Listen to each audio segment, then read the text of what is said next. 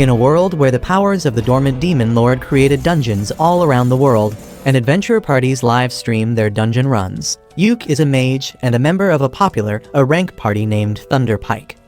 All their members are strong, and they easily clear all the dungeons they enter. However, not everything is well with their teamwork once they are outside of the dungeon. Yuke feels like he is not being paid fairly for his work, and after a successful mission, he tells his party members that he is going to quit Thunderpike. The party leader Simon and the other members tell him to stop being such a whiny because he doesn't even join the fight and just stays in the rear, burning through their items and scrolls. They claim that they will be fine without his little support, and that is the final nail in the coffin. Yuke finishes his drink and then declares that he is going to quit the party forever, and they can go and shove their rank tag up their butt. The next day, Yuke goes to the Adventurer Guild to register himself as unemployed. Just as he finishes filling the form and hands it to the receptionist, a redhead hoe suddenly lunges at him and hugs him tightly. She calls him teacher, and when Yuke sees her, he recognizes her as Marina, a sword mage whom he guided before she took her adventure test. Marina thanks Yuke for helping her earlier, and he asks how things are going for her. She tells him that everything is going well, and then learns that he is on the job market right now. Marina gets really excited on hearing that, and this thirsty bitch immediately asks Yuke to join their party. Yuke goes to meet with her party members, who were also his students along with Marina. The Elf Ranger Silk and the Priestess Rain are both glad to hear that Yuke is interested in joining their party, but they ask him if he is fine joining a D-rank party that is just starting its career. Yuke tells them that he is fine with that because hustling like a rank parties is not for him anymore. He says that for difficult quests and dungeons, he used to invest a lot of money in consumable items, so he didn't earn much. But with D-rank quests, he will be able to save a ton. With that, Yuke officially joins their party, and learns that the girls were planning to complete a quest to mine some magic iron ore today. They head to the dungeon to mine the magic ore, and Yuke feels nostalgic remembering how his journey began. He tells the girls that they can easily find the magic ore on the 6th floor of the dungeon, but they tell him that they are afraid of fighting the boss monster on the 5th floor, so they'll pass. Yuke suggests they can try looking for the ore on the 4th floor first, and they head into the dungeon. Marina has brought her grandpa's walking stick along to search for traps, but that is slowing down their pace, so Yuke decides to take the lead. He shows the girls a magic lantern that can easily detect any low-level traps, and because of that, they quickly explore the dungeon. Yuke begins recalling how this was the first dungeon he visited along with his former party Thunderpike 5 years ago, and their warrior was seriously wounded by the traps. Suddenly, he senses a monster and tells the girls to get ready to fight. They reach a room where wolf monkeys are waiting for them. Silk shoots down one of them quickly, and then Marina rushes ahead to deal with the other two. Yuke casts physical enchantment magic on her to greatly improve her abilities, and then snares the monsters to stop them. Marina easily cuts through the two monsters, and she is shocked to realize how easy it was with Yuke's magic. He tells her that he cast 3 types of enchantment spells on her at once, and everyone is impressed because doing 3 spells at once needs a lot of skill. Soon, they reach the entrance of the 2nd floor, and after checking their equipment and stamina, they head downstairs. Suddenly, a group of zombie miners attack them, and it is Rain's turn to deal with them. Silk and Marina try to fight against the zombies to buy time for her to finish her incantation, and Yuke casts a protective spell on everyone so that the zombies can't even come close. This gives Rain enough time to complete her spell, and she blows away all the zombies with her holy magic. Everyone starts praising her, and Yuke remarks that using holy magic on such a scale costs a lot of mana. He uses a skill called Refresh Mana on Rain to charge up her mana reserves, and she is astonished to learn that Yuke can use it. She tells her friends that it is a rare spell that only red mages like Yuke can use, and with just this spell, one can instantly be admitted to an A-rank party. They are all amazed, and Yuke tries acting down to earth by saying that he is nothing special. They walk ahead, and he keeps pouring holy water on the ground so that the zombies don't attack them after being revived. Silk thinks that it is going to be really expensive, and they don't have the budget for that, but Yuke tells her to relax because he brewed it himself. This shocks Rain because Yuke is not even a priest, but he replies that he can use the purified ashes of the zombies to make holy water using alchemy. Soon, they reach the 4th floor, and Yuke says that they can find the magic ore on this floor. But before going any deeper, he wants everyone to rebuild their stamina by eating something. For that, he pulls out a whole ass stove from his magic bag, which makes the girls excited. Yuk tells them that if they work hard, they can afford their own magic bag someday. He begins cooking egg and bacon for them, and then pulls out a magic pot that magically creates seafood soup for them. The housewife inside Rain gets wetter than the soup itself on seeing a pot that cooks food itself, and Yuk says that he found it in a high-level dungeon and it cost a lot to be repaired. After that, they start eating, and Silk notices that the food has extra mana. Yuk tells her that cooking is basically alchemy, and he put extra effort to empower them for mining the ore later. Soon, they find a giant rock lizard which has mineral ores on its back. Yuk slows it down with his magic, and then Marina uses her ultimate attack to kill it. She is really exhausted by using her ultimate just once, but Yuk replenishes her mana and tells her to keep practicing the skill. After that, they begin mining the ore on the defeated monster's back, but they need more, and Yuk suggests that they go to the 5th floor and defeat the boss to get what they want. The girls are afraid because the boss is a tough monster, but Yuk tells them that he will use his full power to help them. Once they reach the boss room on the 5th floor, Yuk tells the girls that he will fight alone to show them his skills. He then takes out a floating camera artifact to record the gameplay of the boss fight, and Marina suggests that they should livestream it cause it will be fun. Yuk decides to YOLO it, but then he asks the girls the name of their party to tell in the broadcast. They nervously tell him that they haven't thought of a name yet, but then Marina comes up with the name Clover on the spot. She says that the 3 girls are the ordinary leaves of the clover, and Yuk is the 4th and the lucky leaf. Everyone likes the name, and then Yuk asks the girls if they also want to feature in the first live stream of their party. They are fine just watching him, so Yuk enchants himself and then activates the live streaming mode on the camera. After that, he opens the door to the boss room and heads inside to see the giant ugly steel crab. The crab attacks him instantly, but Yuk slips from its claws and then uses 5 disabling spells to blind, poison, and paralyze it. The crab tries to attack indiscriminately, but Yuk just uses gravity magic to crush it instantly. He ends the live stream with that, and Marina immediately hugs him, almost breaking his bones in the process. Yuk then puts the crab in his magic bag, and they open the treasure chest that dropped after defeating the boss to find a ton of treasure and magic ore. After that, Yuk and his party head back to the city in a carriage. He acts polite and asks the girls how do they rate their new party member on a scale of 1 to 10. All the girls are really impressed by his overall skills in the dungeon, but Yuk thinks that they would be uncomfortable to see someone who is older than them suddenly become a party member. The girls tell him that it is not like that at all, and suddenly, Silk has a brilliant idea.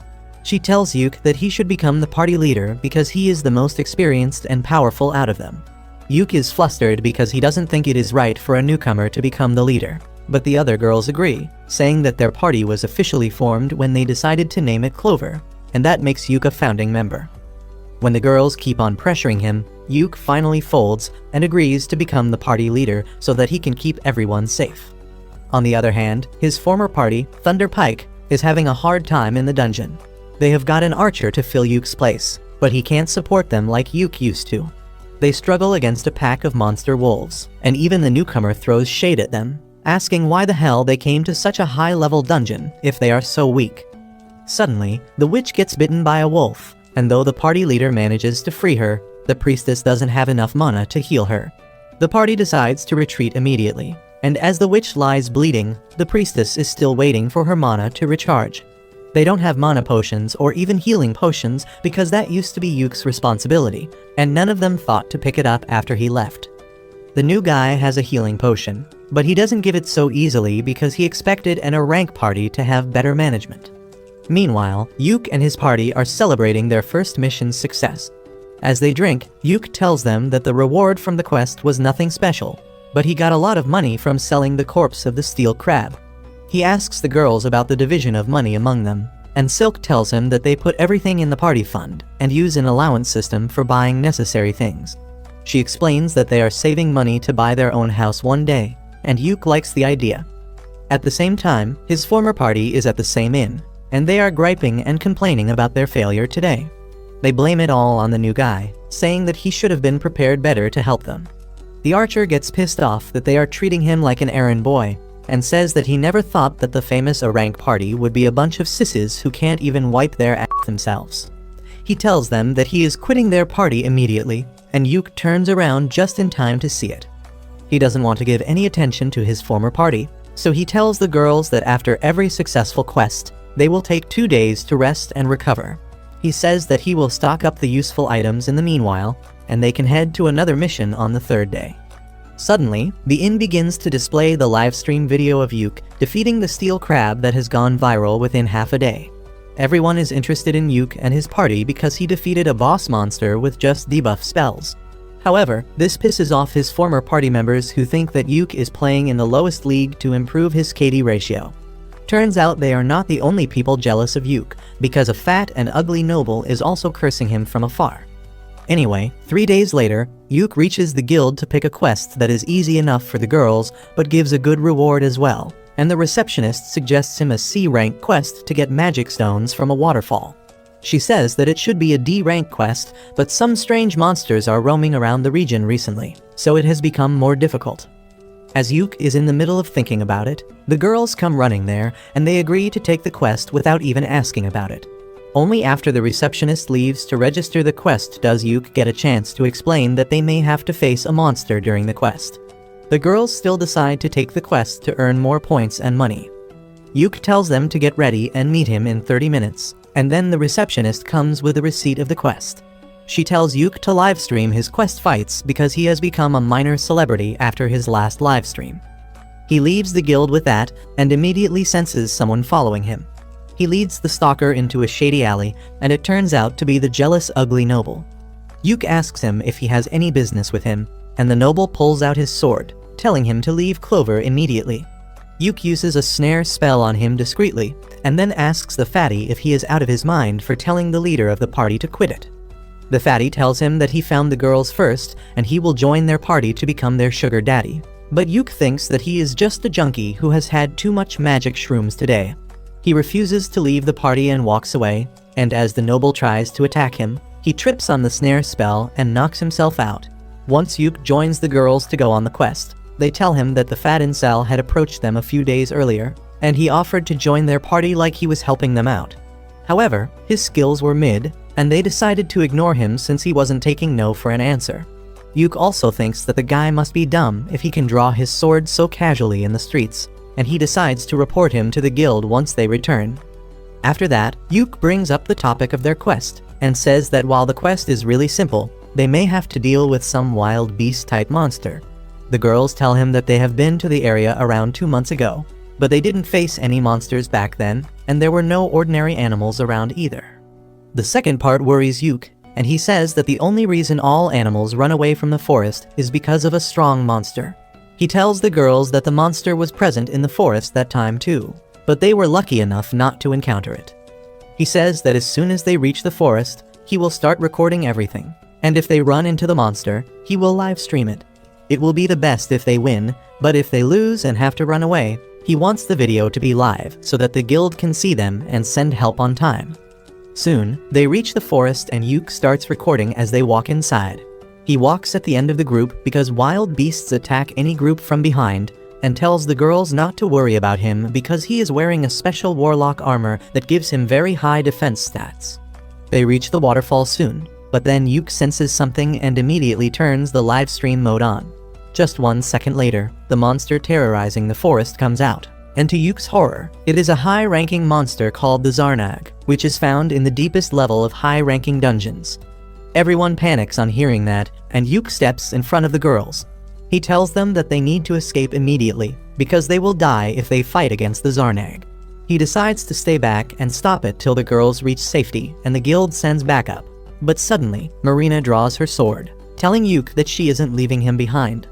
Silk and Rain also agree with her, and they begin using their abilities to slow down the monster so that they can kill it. Yuk has no choice but to let them in on the action, so he first enchants their physical abilities. Marina rushes ahead to stop the monster while Rain chants her spell, but she gets slapped away. Yuk tries to stun the monster with lightning magic and then casts multiple debuffs on it, but despite that, it doesn't seem to slow down. Yuk realizes that it is a special monster, and he asks Marina to buy him some time so he can use a very powerful spell. Marina begins fighting against the monster, and then Silk calls the forest dryads for help and binds the monster with vines. As the two girls try their best to stall the monster, Yuk finishes chanting his tier 5 spell, Prismatic Arrow. He tells Marina to get back before he shoots it at the monster with devastating power. As the prismatic arrow hits the monster, it groans in pain, but nothing more happens. Yuk thinks that he failed to do any damage, but as the monster charges towards them, a black liquid starts coming out from all its holes. The monster seems weakened by his attack, but it is still strong enough to attack them, so Rain decides to finish it with a powerful magic attack. She uses the tier 5 spell Thunderbolt to hit the monster, but despite that, it doesn't go down. However, Yuk realizes that the monster has been stunned by the strong attacks it took, and this is the perfect chance to finish it off. He tells Marina to go ahead and kill the monster, and she dashes towards it, activating her ultimate skill just as Yuk enchants her sword to land a critical hit. The monster's head falls into the river as the sky clears, and it releases a fountain of blood. Everyone is relieved at this, and then Yuk remembers that he was live streaming this fight. He thanks all the viewers for watching the fight till the end, and then ends the stream. The video is an instant hit in the city, and the popularity of the Clover Party rises further. But the leader of Yuk's former party is pissed because of that. Meanwhile, Yuk is feeling dizzy after using too much mana in the fight earlier. Behind him, the girls are excitedly chatting about their fight, and Yuk thinks that this video will give their careers a huge boost. He approaches them, congratulating them for the successful mission, but adds that he is going to spank them for not listening to his orders earlier. The girls confront him, saying that they are going to lecture him too because he was planning to sacrifice himself just now, and they won't have allowed that to happen in any case. Yuk realizes that this is a 1 versus 3 match and he can't win against the girls, so he says that they will review the mistakes they made later. Soon, they reach the lake where they are supposed to complete their mission, but the girls get in the mood for a swim. Yuk tells them to take a dip in the time he sets up camp. As he hears the girls happily splashing around, he remembers how he was training them to be adventurers just 6 months ago. He kept telling them about the ways in which they could improve themselves and their party, but he always had the feeling that they would make a great team.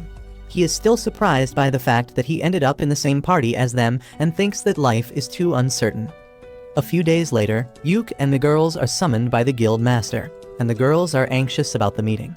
Yuk believes that the guild master wants to talk about the high-level monster they defeated in the forest, because a dangerous quest like that should not have been given to a D-rank party like them. He thinks that normally, any guild master would praise them, but he knows the old man in charge of this place is not normal. Just then, Guild Master Benwood arrives there, and he immediately confronts Yuk, telling him that he has really done something troublesome this time. Yuk tells him that it is not his fault, and Benwood sternly asks him to tell him the things that he didn't mention in the report. His tone scares the girls and Yuk lashes out at the old man for intimidating them. However, that was what the guild master was waiting for, and he tells Yuk that he should have stopped talking politely earlier if he wanted him to stop acting scary. Benwood then sits down and tells everyone to take a seat too. He asks Yuk to answer his question now, and tell him what he thinks about the monster that he encountered in the forest. Yuk tells him that the signs point to it being an overflow, but not the one you will find on Anime. Benwood grows concerned on hearing that and tells the receptionist to generate an investigation quest. Meanwhile, Marina asks Yuk about overflow, and he explains that it happens when a catalyst causes monsters to come out of dungeons. If things get worse, it can lead to a stampede in which a huge army of monsters destroy everything in their path. The girls are worried to hear that, but Benwood tells them that the guild will handle the investigation. He then bows down to the 4 of them and apologizes for putting them in danger. The girls are taken aback by that and say that they were fine because Yuk was with them. The old man says that he watched the stream and he thinks they are quite skilled too, which is why he is going to promote them to C rank. The girls are delighted to hear that, and then Benwood turns to Yuk to give him another good news. He is being promoted to a rank because the prismatic arrow spell he used during the fight is a new spell he created, and all the guild officers believe that he should be promoted. Yuk can't even process what is happening, but Benwood brings out the promotion documents and tells him to sign it. Later, Yuk and the girls go to the guild inn to celebrate their promotion. Yuk hands over the earnings from the mission to Silk, who finds that the amount is much more than she expected. She stacks the gold coins to count them, and at the bottom of the pouch, Benwood has left a platinum coin as an apology. The girls are excited to see the platinum coin, and then Silk says that after adding today's earnings, they have enough money to buy their own base. They begin drinking and eating to celebrate this special occasion, and then Rain asks Yuk about his dream as an adventurer. He tells her that he dreams of challenging the last floor of the dungeon named Infinite Darkness, and that makes the girls spit out their drinks because that dungeon is said to be ridiculously dangerous. Yuk says that it is true because the final floor of the dungeon holds the Abyss Gate that leads to the underworld. He says that he has no plan to cross the Abyss Gate, but he wants to see it with his own eyes. He tells the girls about his uncle who was a great adventurer, and he challenged the final floor of Infinite Darkness dungeon and saw the gate. Even though he could not clear the final floor, his stories inspired Yuk to try it someday. Marina likes the idea and tells Yuk that they should go to the dungeon soon and livestream their fight. But he tells her that it is not so easy. First, they need to be in a rank party, and on top of that, they need permission from the government to even enter the dungeon. The girls get fired up on listening this, and they promise Yuk that they will grow stronger so that one day they can challenge the dangerous dungeon together. Soon, the Clover party embarks on another mission, and they live stream their fights as always. While Marina fights on the front lines, Yuk guides her and protects everyone with magic barriers. Silk uses the vines to tie the monster down, and then Rain attacks it with a powerful lightning spell. To finish things off, Yuk uses a magic scroll to unleash a rock magic on the monster, killing it. The livestream is well received by the audience, but not by Yuk's former party, Thunderpike. They are jealous of Yuk's success, but more than that, they are concerned about their downfall. They blame it all on the new members who join their party, calling them useless. Moreover, the wizard of their party has been avoiding going out with them lately after she was injured, and she is starting to fall behind when they go on missions. They think that maybe they should get Yuk to join their party again, because when he was with them, they didn't fail their missions so miserably. They think that they should cut the payment of the wizard girl because she is becoming useless and give a bit more money to Yuk so that he doesn't have a problem returning to their party. Meanwhile, Yuk and the girls return to the city from their mission, and they are shocked to see Thunderpike's leader Simon waiting for them at the door. Yuk is taken aback to see him, and he tells the girls to go and report to the receptionist while he deals with this. The girls go inside quietly, and then Yuk asks Simon what the hell does he want. Simon invites him to talk over a drink, but Yuk refuses, saying that he is tired because of the quest.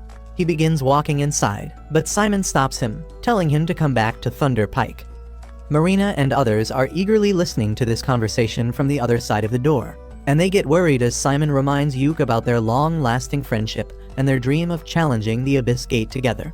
He says that Yuk will need to be in a rank party to even try that, and that is why he should rejoin Thunderpike. However, Yuk slaps his hand away, telling him that he is the leader of Team Clover and he is not going to leave them. This pisses Simon off, and he tries gaslighting Yuk into taking the blame for Thunderpike's failure after he left. However, Yuk tells him to grow up and deal with his problems like an adult. He goes inside the guild building with Simon yelling that he will regret it, and this commotion draws the attention of the ugly Fatso who tried to attack Yuk in the past. Meanwhile, Simon finds the girls really anxious about the conversation, and when he assures them that he is not going to leave the party, Marina hugs him so hard that he feels his bones crack. He somehow manages to push her away, and then they go to have drinks together. Soon after that, they get a quest from a popular armor shop called Earthy's.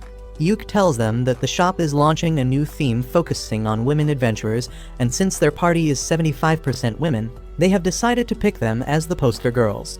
The three girls will get high-quality armor from the shop, and the shop can use the video of them clearing dungeons to promote itself.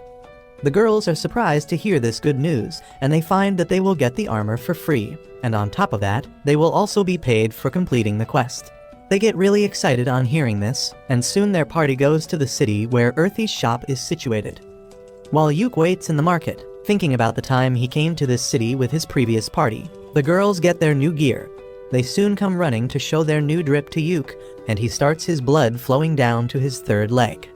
He then tells them that instead of live streaming their fight, this time, they will have to hand over the recording to Earthy's as per the quest. He starts recording, and then his party enters the dungeon. Yuk tells the girls that this dungeon is only 4 floors deep, but its lowest floor has the gate to a bigger dungeon, and their quest goal is to reach the second dungeon. They come to an open space inside the dungeon, and Yuk picks a stone and throws it down to show the girls that a distortion in space doesn't allow anyone to take shortcuts here. He asks them to be careful that they don't fall down the stairs. While Marina and Silk agree to him immediately, Rain seems to be upset with Yuk, and he doesn't even know what he did wrong. Marina and Silk tell him that he didn't pay enough attention to Rain earlier because she is flat like the earth, and Yuk immediately notices the new ribbon around her hair. He tells Rain that she looks cute because her ribbon matches her hair color, and this needy hoe gets flustered and immediately hugs him. With that, they get down to the next floor of the dungeon, and Yuk soon detects a trap using his magic lantern. He pokes the trap with his grandma's walking stick, and suddenly, spears pop out of all four walls. They pass through the gap between the spears and soon encounter the first monster of the dungeon. It is a group of orcs, and Silk furiously draws her bow because elves hate orcs like Christians hate gays. Yuk tells her to calm down because her anger can break their formation, but assures her that they will completely wipe out those ugly monsters. He assesses that the orcs look like low-level soldiers, but they look more organized than he expected. He tells Rain to charge up a powerful magic attack to hit all of them at once, and then tells the other two girls to get ready to finish the ones left at last. Yuk casts enchantment magic on everyone, and then Rain shoots a powerful fire attack at them, burning the orcs. Next, Yuk uses a magic scroll to crush them with heavy rocks, and Silk supports him by shooting the orcs. They manage to take down two of them, and the remaining two orcs rush towards them. Yuk uses paralysis debuff to slow them down, and then Marina charges ahead, using her ultimate move to defeat one orc. Silk shoots the other orc to keep it busy in the meantime, and then Marina attacks it too, splitting its head open with one strike. Yuk goes over to the dead orcs to collect their magic stones, and he asks Silk if she has calmed down now. She apologizes for getting tense on seeing the orcs, but Yuk understands that it is a part of her elf DNA. Silk is happy to hear this, and just then Marina comes there with a damaged scroll she found with one of the orcs. Yuk finds that it is an artifact that can reveal hidden abilities of an adventurer. He says that they can't use it right now because it is damaged, but he can repair it with his alchemy skills. He tells the girls that one of them can use it instead of selling it because it will enhance their talents and maybe even unlock a new job class. Both Silk and Rain tell him that he should let Marina use it since she has only one job class. As Marina is daydreaming about what job she will get, a treasure chest suddenly appears before them as a reward for defeating the orcs. Later, as they take a lunch break, they find that the treasure chest had a magic bag inside it, and everyone decides to give it to Rain because supporters like her need it more.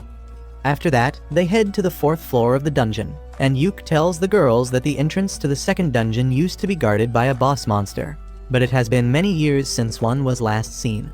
The girls ask him more about the boss monster, and he tells them about the Shadow Stalker, a monster that appeared to be made from pure darkness. Marina spots something exactly like that in the distance and asks Yuk if he is talking about that, and he is stunned to see that there is a real Shadow Stalker in the dungeon. He focuses his camera on it because Shadow Stalkers are really rare to find. He thinks that the Shadow Stalker won't reach them quickly because no one can just jump down from a higher floor. But the boss monster decides to prove that he is built different. He jumps down and shatters the invisible barrier that prevents anything from taking a shortcut. Yuk panics and realizes that they have no choice but to fight. He immediately pulls out a scroll to cast multiple enchantments on the girls, but the boss monster sends a dark wave towards Marina, shattering her barrier and knocking her out. While Rain heals her, Yuk and Silk take a stand against the Shadow Stalker. Yuk charges at it, and as the monster destroys his barrier, he understands that it can destroy magical shields. He uses an illusion spell to distract the boss monster with a clone while he reaches behind it, and then puts 3 offensive enchantments on his sword to attack. However, just as he is about to hit the boss monster, it uses a curse spell to completely freeze his body. Yuk realizes that this monster is really strong and intelligent, and they have no way to beat it. He wants to tell the girls to run away, but his body is frozen and he can't even utter a word. The girls panic on seeing their leader being taken down, and then the Shadow Stalker sends a dark storm towards them. Rain blocks it with a holy shield, and then Silk summons strong vines to attack the boss monster. It dodges everything and then attacks Silk from behind while Rain is busy trying to revive Yuk. Luckily, Marina is back in action. Silk takes the command in Yuk's absence and tells Rain to enchant Marina's sword with Holy Element. Rain does that, and Marina tries to attack the boss monster from up close, but it keeps dodging everything.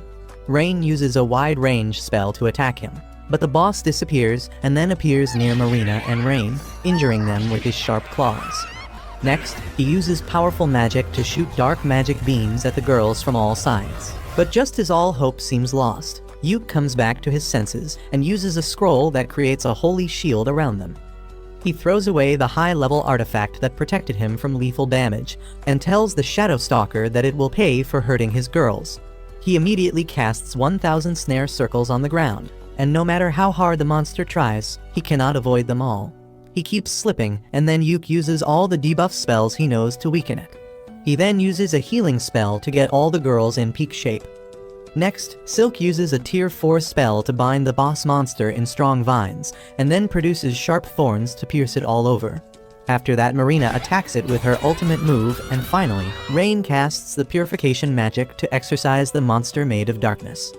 The fight is over with that, and Marina immediately runs to hug Yuke and crush his ribs. After that, Yuke asks Rain what did she learn about the Shadow Stalker from this fight, and she reveals that he was a zombie with an incredibly dense mana that should not be possible naturally. She believes that this is the clear sign of an overflow, and everyone gets worried. Marina and Silk suggest that they should start a live stream to inform everyone about it, but Yuke is against that. He says that they are wearing armor that has not been made public yet, so if they reveal it without the permission of their client, it would be problematic. He thinks that they should just reach the second dungeon and complete their quest so that they can inform the guild about it quickly. He starts moving ahead, but Rain stops him and heals the injury on his face before they continue their quest. They soon come to the gate to the second dungeon and end their mission by touching it. Later, they return to the city, and Yuke reports to the guild about the existence of the Shadow Stalker. He comes out to tell the girls that they can be interviewed later, so they will stay in this city for a few more days. They are really excited to hear that and tell Yuke that they should go sightseeing in their free time, and he gladly agrees. On the other side, Yuke's former party, Thunder Pike, is having a hard time ever since he left. They complain about eating dried food because when Yuke was with them, they could eat something new each time because of his magic pot. They aren't really cooperating well with each other as well, and leaving important things to the healer and the magician. On top of that, the magician is being treated like an errand girl, and everyone tells her to learn some useful skills because she is too weak and can't contribute much to the fight. Anyway, she turns on the live stream before their party heads into the dungeon, but within a couple of hours, they return to the guild after failing the mission. The receptionist smiles as she tells them that they have been failing a lot recently, and if that continues, they might get demoted. This infuriates Simon, but the receptionist stands on business and tells him to take easier jobs to save his party's name. After that, they start drinking and eating, and the magician girl Jamie sits at a separate table. The big warrior is furious that the receptionist talked about demoting them, but Simon says that she was right because they can't take high-level quests with just the 4 of them. The healer tells him to find another party member in that case because that is his job as a leader. The 3 of them quickly come to the conclusion that they need Yuke back in their team at all costs, but they don't know what they can do to make him come back. Simon, being Yuke's childhood friend, knows that he won't return so easily, and if they want to attract his attention, they need something that will convince him. He says that if they want to get Yuke interested, they will need to challenge the Infinite Darkness dungeon because that has been his goal since the beginning. He believes that if they do a joint quest with other parties, they can attract Yuke. Simon says that they just have to pretend to be serious about it because Yuke won't be able to think properly on hearing their offer to join them. The warrior and the healer agree with him, but the magician Jamie is really disappointed by how low her party has fallen. On the other hand, Yuke and his girls are back in the city after their successful quest. As they take a stroll through the market, everyone recognizes the girls because they were in the ad video released by the popular armor brand Earthies, but some butthurt men are jealous of them as well. Anyway, they are out on a mission to find a house to rent for their party. Their broker takes them to a house in the suburbs first, but Yuke turns it down because it doesn't look too safe for women. Next, the agent takes them to another house, and everyone thinks that it is better than the previous one. Yuke asks the agent to keep it on hold for them, and he says that he has one last option to show them. He takes them to the last house, but Yuke gets nervous as they get close because Thunder Pike's base is also in this region. On hearing this, all the girls decide that they don't even need to see the third property because they don't want a bunch of assholes to be their neighbors. With that, they buy the second house and their stuff is moved in soon as well. Yuke asks the girls if they have decided on their rooms because they should sort out their stuff quickly, and they say that they were just thinking about it. Silk asks Yuk which room does he want, and he gets confused because he wasn't planning on staying with them.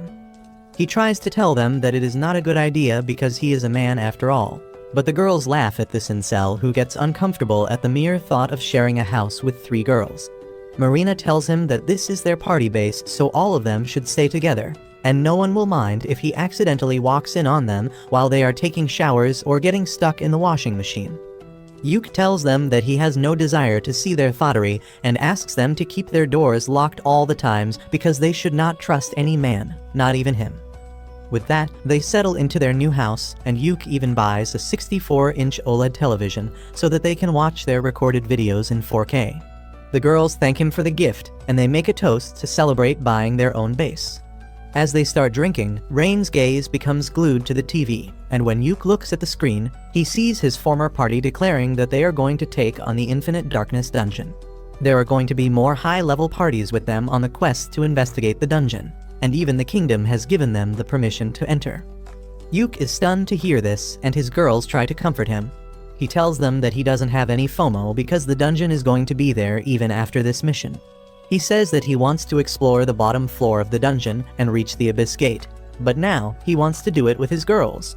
He tells them that they don't need to worry about anything, because they will reach the dungeon one day, and then they will live stream their greatest adventure. As they start eating and drinking again, a letter slips in through the door and Yuk finds that it is from the guild. He goes there immediately, and the receptionist gives him an invitation letter from Thunder Pike, who wants him to join their party for the exploration of the Infinite Darkness dungeon. They promise to make him a permanent member after the quest, but Yuk wants nothing from them, and he asks the receptionist to reject the invitation on his behalf. After that, Yuk and Rain go grocery shopping, but Simon finds them there. He is furious because Yuk denied the invitation to join their party and asks if he has forgotten his dream to explore the dungeon. Yuk remains calm and tells him that he is proud that his former party is going to explore the hardest dungeon and wishes him all the best. Simon loses his cool and says that their plan needs him to be in the party, but Yuk refuses again. Simon tries to intimidate him by shouting, but Yuk tells him to use his brain for once. He reminds him that sending a request to someone who is already in a party is considered bad manners, and he is free to refuse any requests. The asshole knight blames Yuk for everything their party has gone through after he left, but that was the final straw. Yuk can't take it anymore and tells him that leaving the party was the best decision he ever made. He begins yelling at Simon, reminding that he dumped all the tasks that didn't involve fighting on him. He says that the party had it really easy because he was doing all the important work, but they never valued his contribution. Simon is taken aback by his rage, but then Rain holds Yuk's hand, calming him down. Simon tries to convince Yuk to return, promising that things will be different this time, but Yuk replies that it is too late. He says that he is going to stick with his party Clover, and whatever happens to Thunder Pike doesn't concern him. Yuk walks away holding Rain's hand and Simon curses him, saying that they will manage it even without him. 2 weeks later, Yuk is summoned by the guild master who tells him about the abnormalities in dungeons all around the region, which clearly signals a stampede. The guild master says that even the royal scholars think the same, and the reason they gave permission to investigate the Infinite Darkness dungeon was because of this. Yuk realizes that the situation is a lot more serious than he thought, and then the guild master says that he has a quest for his party. He wants them to investigate the Infinite Darkness dungeon, and Yuk immediately shoots down the idea because it is too dangerous. He says that Thunder Pike and other rank parties are strong enough to do the quest on their own, but the guild master informs him that 2 of the parties, including Thunder Pike, have backed out. He then gives Yuk a report about the only recorded log of the Infinite Darkness dungeon, reminding him of his dream to reach the bottom of the dungeon. The guild master tells him that they need someone as skilled and resourceful as him to take charge of this investigation. The old man then gives Yuk a scroll of exit, a super rare item that can teleport one out of the dungeon. Yuk asks why is he so insistent on him to take the mission, and he replies that he is the only person whose information he can trust. Just then, the receptionist comes there and hands over the official quest letter from the king to Yuk. He realizes that it will be tough to turn down the mission now, and tells the guildmaster that he will consult his party members before giving a final answer. Once he reaches home, he explains everything to the girls and says that they should turn down the request because it is too dangerous and they are not prepared for it. The girls, however, think that they have the latest equipment, and with some luck, they can manage to investigate the dungeon. Yuk is still not convinced because he is scared of losing them, and Rain hugs him, asking him to show more trust in them. The other girls also tell him to stop hesitating and chase his dreams freely, because they want to rise up in the world of adventurers with him. Their words give Yuk confidence, and he goes to the guildmaster's office with the girls and accepts the quest. He says that they might need another party member to fill in the role of a scout, and the guildmaster says that he has already prepared for that. On his cue, the receptionist comes there with a nervous cat girl who introduces herself as Neen. She says that she specializes as a ninja and wants to join their party for this mission. Yuk has no problem with a new party member, and they immediately go to the entrance of the Infinite Darkness dungeon, which surprisingly was under the guild building the whole time. The receptionist tells them that the guild building was made on top of the dungeon entrance to hide it from the world. The guild master tells Yuk that initially, there were 3 rank parties that were going to enter the dungeon, but 2 of them backed out. Yuk's former party, Thunder Party, is the only one left, and right now, they are inside the dungeon, but their sponsors are not happy with them. The guild master then tells him to be careful on the mission and wishes him all the best. Yuk checks his party's status and finds that all of them are fully prepared to enter the dungeon. With that, the entrance to the dungeon is opened, and Yuk starts the live stream before heading inside. The space inside the dungeon is warped with irregular gravity, but the party is able to walk through the passageway without difficulty. The cat girl Neen uses a magic lantern to check for any traps and a magic compass to find the direction. She finds no traps nearby, so she decides to go ahead and scout the area on her own before everyone else can catch up. In the meantime, the girls ask Yuk how is he feeling after coming to the Infinite Darkness dungeon that he has always dreamt of. Yuk tells them that it isn't as emotional or thrilling as he imagined, but Silk says that she is feeling quite excited. She says that her main reason to start adventuring was money, but when she heard Yuk talking about his dreams so passionately, she changed her mindset. That is why she feels really excited to be standing in this dungeon alongside Yuk, because he is very close to fulfilling his dream. Yuk is glad to hear that, and just then, Neen returns with her report. She found nothing dangerous on the first floor and even located the entrance to the first floor. But it is even more weird. There is a sunken ship in the middle of a forest on the first floor, and Yuk keeps looking around for anything more suspicious or out of place. He tells the girls that Thunder Pike has already reached the 8th floor of the dungeon. Marina says it is too slow because they started their journey 2 weeks ago. Yuk says that their pace is going to be even slower because they just have to investigate the dungeon for any odd thing. They are going to live stream everything so that the scholars at the Royal Academy can locate any problems or suspicious things. Just then, Neen stops everyone because her magic mirror shows her that a monster is nearby and they can't avoid it.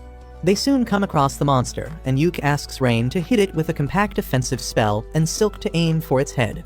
He then pulls a huge crossbow out of his and gives it to Marina so that she can attack the monster from a distance as well. Rain starts chanting a powerful spell, and while she takes her time, Yuk uses his special magic prismatic missile to hit the shark-headed monster. That doesn't do much damage, and the monster starts coming towards them, so Marina shoots it with her crossbow, piercing its chest. The monster gets furious because of this, and then Rain hits it with a fire spell, setting it ablaze. The monster is still standing, so Silk shoots 3 arrows at it. Seeing that it is still struggling to stay upright, Yuk gets in front of the girls to protect them, but after a few seconds, the monster finally falls down. Neen is impressed because she didn't even get to show her skills, and on top of that, she saw the unique spell that made Yuk famous.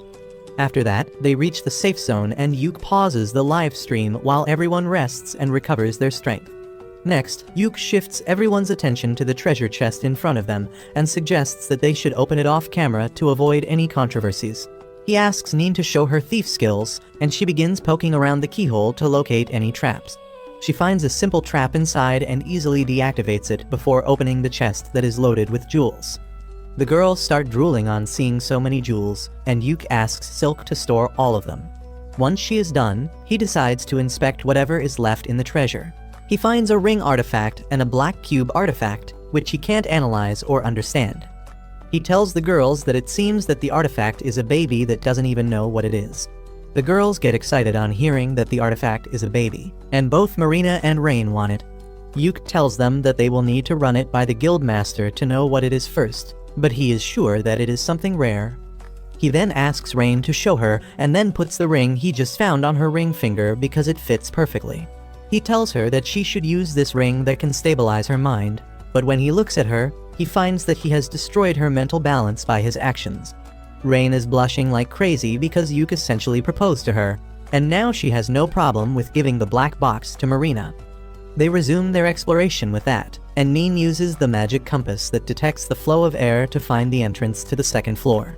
Once they reach the safe zone on the second floor, Yuke asks the girls what they think was odd about this dungeon. They tell him that the way the scenery changes constantly was odd, and other than that, only the shark-headed monster seemed out of place. Yuke agrees and adds that the treasure chest they found on the first floor was also unusual, because treasure chests are normally found in floors that are more difficult. He thinks that there must be some relation between the shark monster and the treasure chest being found on the first floor, and decides to think about it later.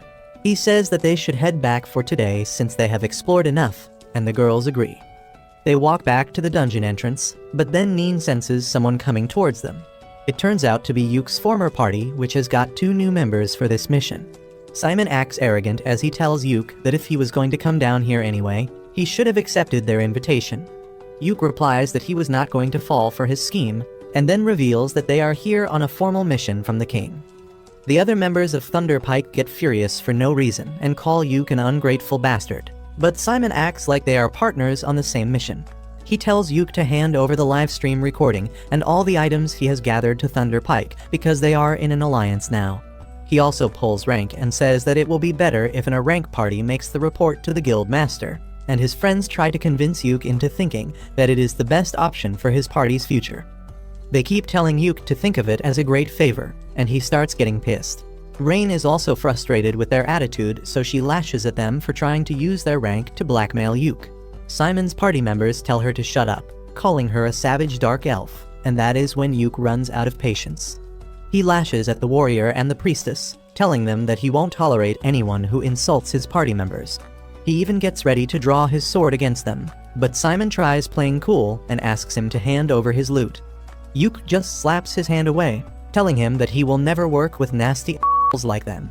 He leaves Simon and others shocked with his response as he tells his girls that they should return to the surface.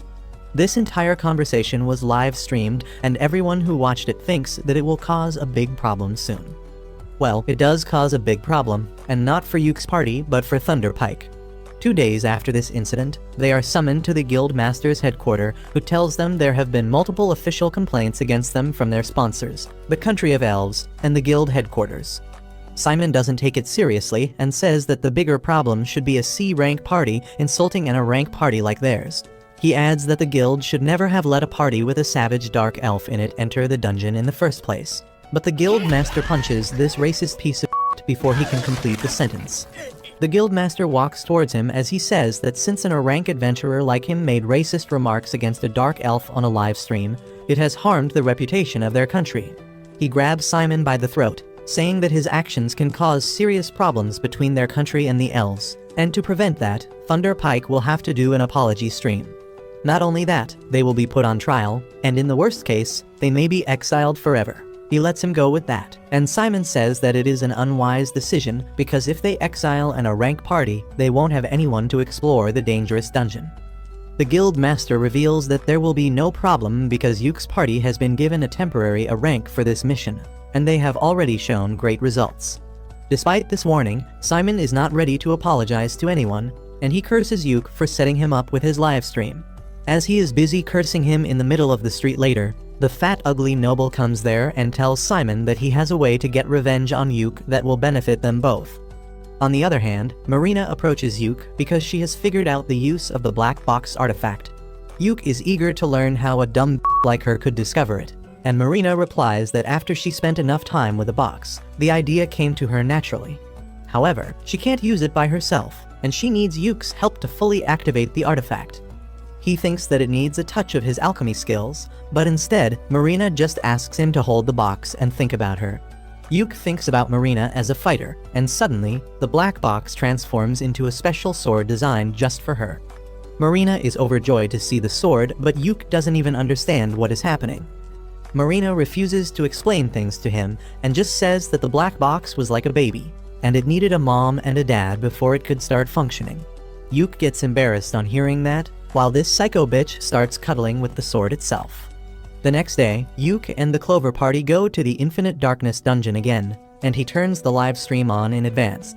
He then tells the girls that their mission for today is to reach the stairs in the 3rd floor of the dungeon, and they will decide whether to explore more or return based on what they find there. They quickly cross the 1st floor without issues and then reach the 2nd floor, which is much different than they expected. It is a vast grassy plain, and even the sky is there despite them being inside the dungeon. Everyone is left astonished by this sight, but Yuke tells them to take a deep breath and calm themselves. He says that there are records of some dungeon floors copying the outside world, but they are always found deeper than the 20th floor. He wonders if this floor is like the outside world because the dungeon layout changed, or if the lower floors of the dungeon are moving upwards because of some irregularity. No one has any answer to that yet, and Yuke decides to find more about the floor first. He asks Nin to do her thing, but her compass that tells the wind direction is not working because the wind here is too strong. Rain suggests that she can use her telescopic eye spell to scan the area quickly, and Yuke tells her to go ahead. This thirsty hoe climbs on his shoulders, and he begins melting under her thick thighs. Rain then uses her telescopic eye spell to look far away and finds a house in the distance before her eyes get tired. Yuke decides to check the house out, and on the way, he tells the girls that ruins are commonly found in dungeons, but a complete house appearing is a really suspicious thing. Moreover, he is worried about the sun in the sky. He believes that it is some sort of artifact that is giving them light and heat, but if it is designed to work like the real sun, it may set when night arrives.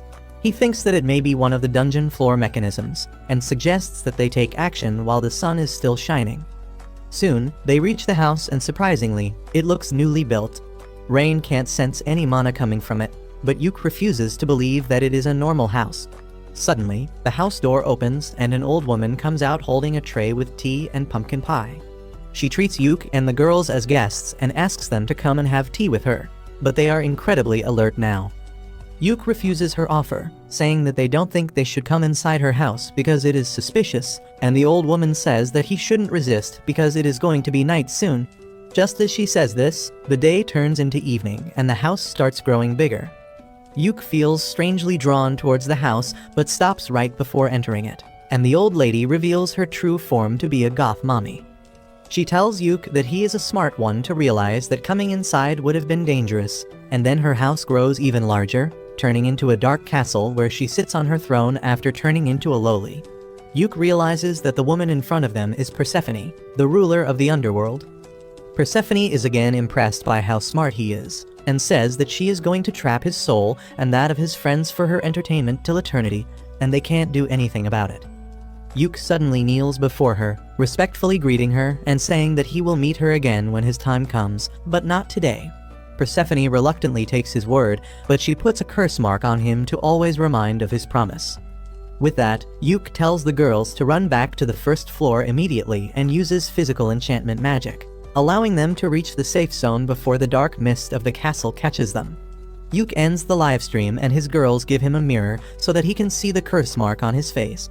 Rain examines it and finds that it is way beyond her level, and Yuke tells her that he will hit the temple as soon as they reach home to do something about it. They begin having lunch with that, and Yuke tells the girls that they were just in Persephone's territory, which is mentioned in the old myths where daytime is just like Earth, full of life, but when night comes, it becomes the underworld and everything reverses. Yuke suddenly comes up with a theory about the underworld being found in the dungeon, and says that it must be because of the abyss gate located at the end of the dungeon. He says that different worlds are connected to each other through the abyss gate, and the infinite darkness must be a special dungeon that can replicate those worlds inside it. He thinks that Persephone's world is one of such worlds, but the bigger mystery is how something so dangerous was present on the 2nd floor of the dungeon. Suddenly, Yuke comes up with another theory that states that maybe they did not go to the 2nd floor, but to the 30th floor, which is the last explored floor of the dungeon. Rain seems to agree with him, and she says that maybe the stairs are making them skip a bunch of floors and leading them to random floors instead of going in the proper order. Yuke wonders if they should use the scroll of exit to teleport outside right away, but the girls suggest that they should recover their strength and try to reach the floor above them before taking the extreme step. Yuke listens to their suggestion, and all of them go to sleep. The next day, Yuke opens his eyes on hearing Simon's voice and finds that he is tied down. He doesn't understand what is going on, and Simon tells him that he followed him here to settle the score with him. He tells Yuke not to try anything because his party has his girls as hostages, and they have even put a slave collar around Rain's neck, which he got from one of his sponsors. Yuke tells him that if word about this gets out, he will be arrested, but Simon doesn't care because he is already at rock bottom. He tells Yuke that there is a way in which the girls don't get hurt, and that involves him signing a contract that reads that Clover and Thunderpike had formed an alliance when the mission started, and racist remarks against elves were common in Clover. Thunderpike was doing just what they do, so the root of the entire problem is Yuke, who started it all. According to the contract, Yuke is going to take responsibility for everything and his entire party will be absorbed into Thunderpike to cover for the damages they have done. Yuke is aghast on reading all this, and he says that he thought Simon was just an idiot, but he turned out to be an absolute Simon kicks him for saying that, and then starts stomping on him angrily, saying that if he doesn't comply, he will give the girls in his party all the STDs he has, and then kill them. He then derails from the topic and starts cursing Yuke for the misfortunes of his party while continuing to beat him. The warrior from Thunderpike tells Simon to stop wasting his time there and share the girls with him, and to avoid that, Yuke decides to sign the contract. However, just as he is about to sign it, the dungeon begins to shake, and then the floor suddenly collapses. Simon and his friends fall down first, and when Yuke goes to help his girls, he finds that Simon has taken his magic bag. He can't do anything in this case, and the ground under them collapses too. However, the magician girl Jamie, who is finding it hard to keep up with the scumbags of Thunderpike, uses a spell to slow down their falling speed. Yuke thanks her for saving them, and Simon can't stop cursing her. Just then, a huge horde of orcs come out and Jamie immediately gives Simon his magic bag before waking up and freeing his girls. Simon uses a scroll to keep the orcs away, and then decides to use the scroll of exit to get out. He asks Jamie to bring Simon and others in range as well, and she asks if he is sure about it after all they did to him. Yuke says that the law will decide what to do with them, but Simon has other plans. He takes Rain hostage and tells Yuke to save him if he wants to see the girl. The orcs start attacking them and Marina and other girls hold them off. Simon once again tells Yuke to save him, but then Jamie tackles him from behind, letting Rain get away. Simon kicks her and then starts walking towards Yuke like a deranged lunatic, even abandoning his party members who can't move. Jamie shoots a magic bullet at his knee to stop him from hurting Yuke anymore. Yuke asks her to come now, but she refuses, deciding to accept her fate with her old party instead. Simon tries ordering Rain through the slave collar to obey him, but Yuke teleports his party away before that.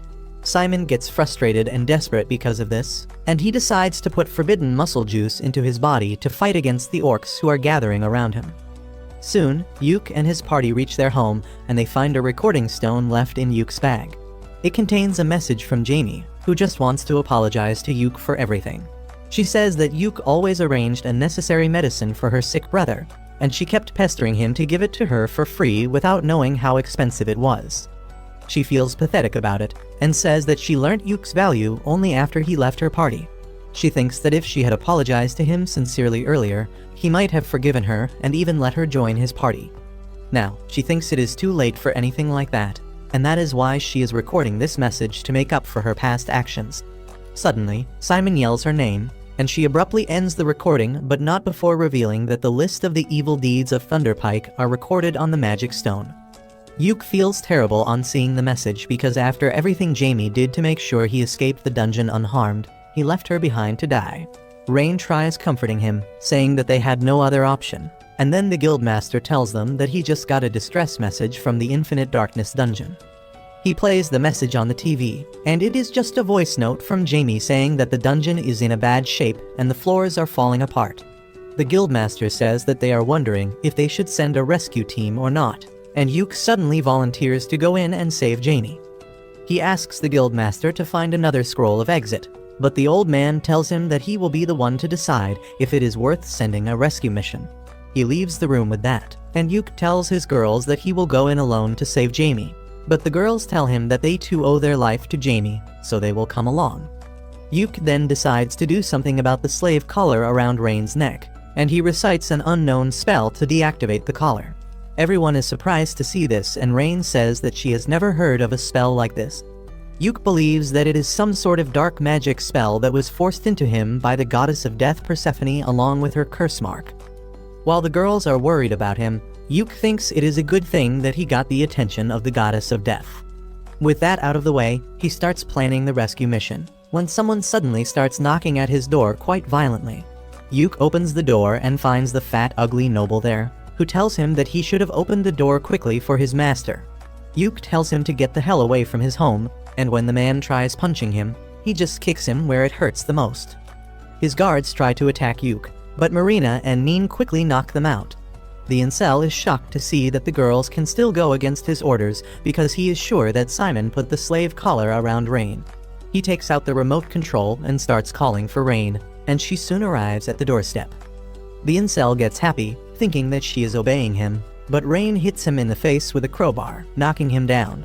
Rain agrees to let the bastard live because of that, but she puts the slave collar around his neck and takes the remote control from him, telling him that if he tries approaching her ever again, he will die in the most painful and embarrassing manner imaginable.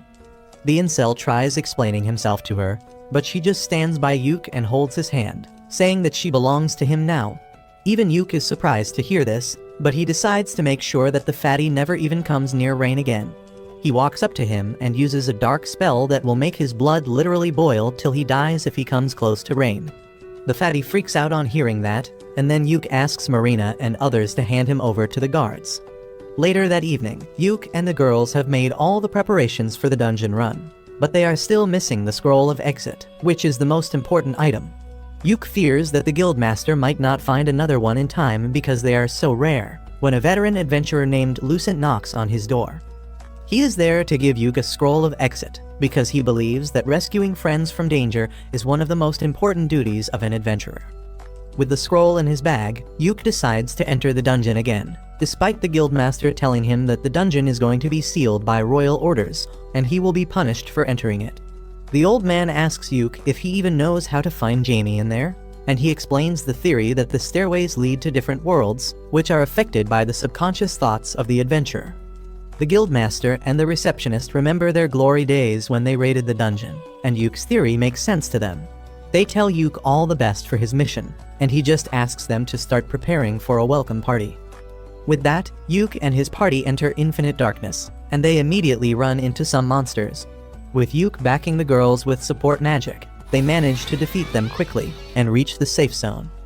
As they walk down the stairs, Yuk keeps thinking about saving Jamie, and his trick works because the second floor turns out to be a terribly damaged copy of their city.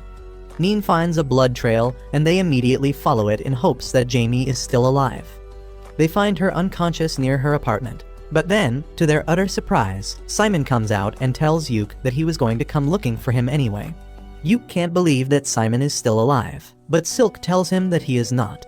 She can sense a dark and twisted mana coming out of his body, just like she felt from the Shadow Stalker, and she is certain that he is a zombie. Yuk finally understands that the fat incel must have given Simon a powerful artifact that turned him into a zombie so that he could still keep fighting even after his death. Simon tells Yuk that he will make him pay for everything he has done, and releases a powerful wave of dark energy, and Marina immediately charges ahead to face him. Yuk quickly buffs her, and she manages to cut off Simon's arm before retreating. However, that is pointless because he immediately grows it back.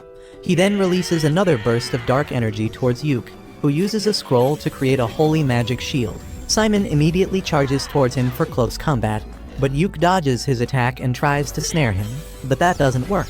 In the meantime, Silk and Rain use their magic spells to trap Simon, but he easily destroys them with his dark magic. Yuk immediately attacks him head-on, and Simon keeps yelling that he will kill him and destroy everything he loves. Yuk slashes him continuously, but Simon heals from everything instantly. Yuk takes a few steps back and decides to use his special spell Prismatic Missile to attack him. Simon takes the magic head-on and remains unharmed, confident that his immortal body will not be destroyed by it, and that is exactly what Yuk wanted. Simon's body suddenly starts bursting up in different places, and he begins growing uncontrollably from every place where an explosion occurs. He becomes an ever-growing lump of flesh and doesn't understand anything. Marina is also confused, so Yuke tells her that he used Persephone's power to modify the prismatic missile so that it stays active as long as the target is alive. Since Simon is immortal now, he will keep on suffering from the spell till eternity. Simon asks Yuke to stop his spell, reminding him that they are childhood friends, but he has nothing more to do with the bastard, and he walks away while Simon keeps exploding and growing like a cancer. Rain has been trying to heal Jamie in the meantime, but neither healing magic nor potions work on her wounds that were caused by Simon's dark magic. She has lost hope of surviving and apologizes to Yuke one final time before dying, but he tells her not to give up just yet. He uses Persephone's power to dispel all curses from her, healing her injuries instantly.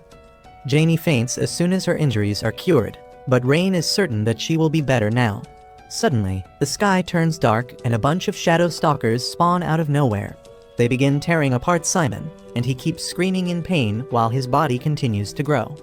Yuke bids farewell to the man who was once his friend as he uses the scroll of exit, leaving Simon to suffer in the dungeon for an eternity.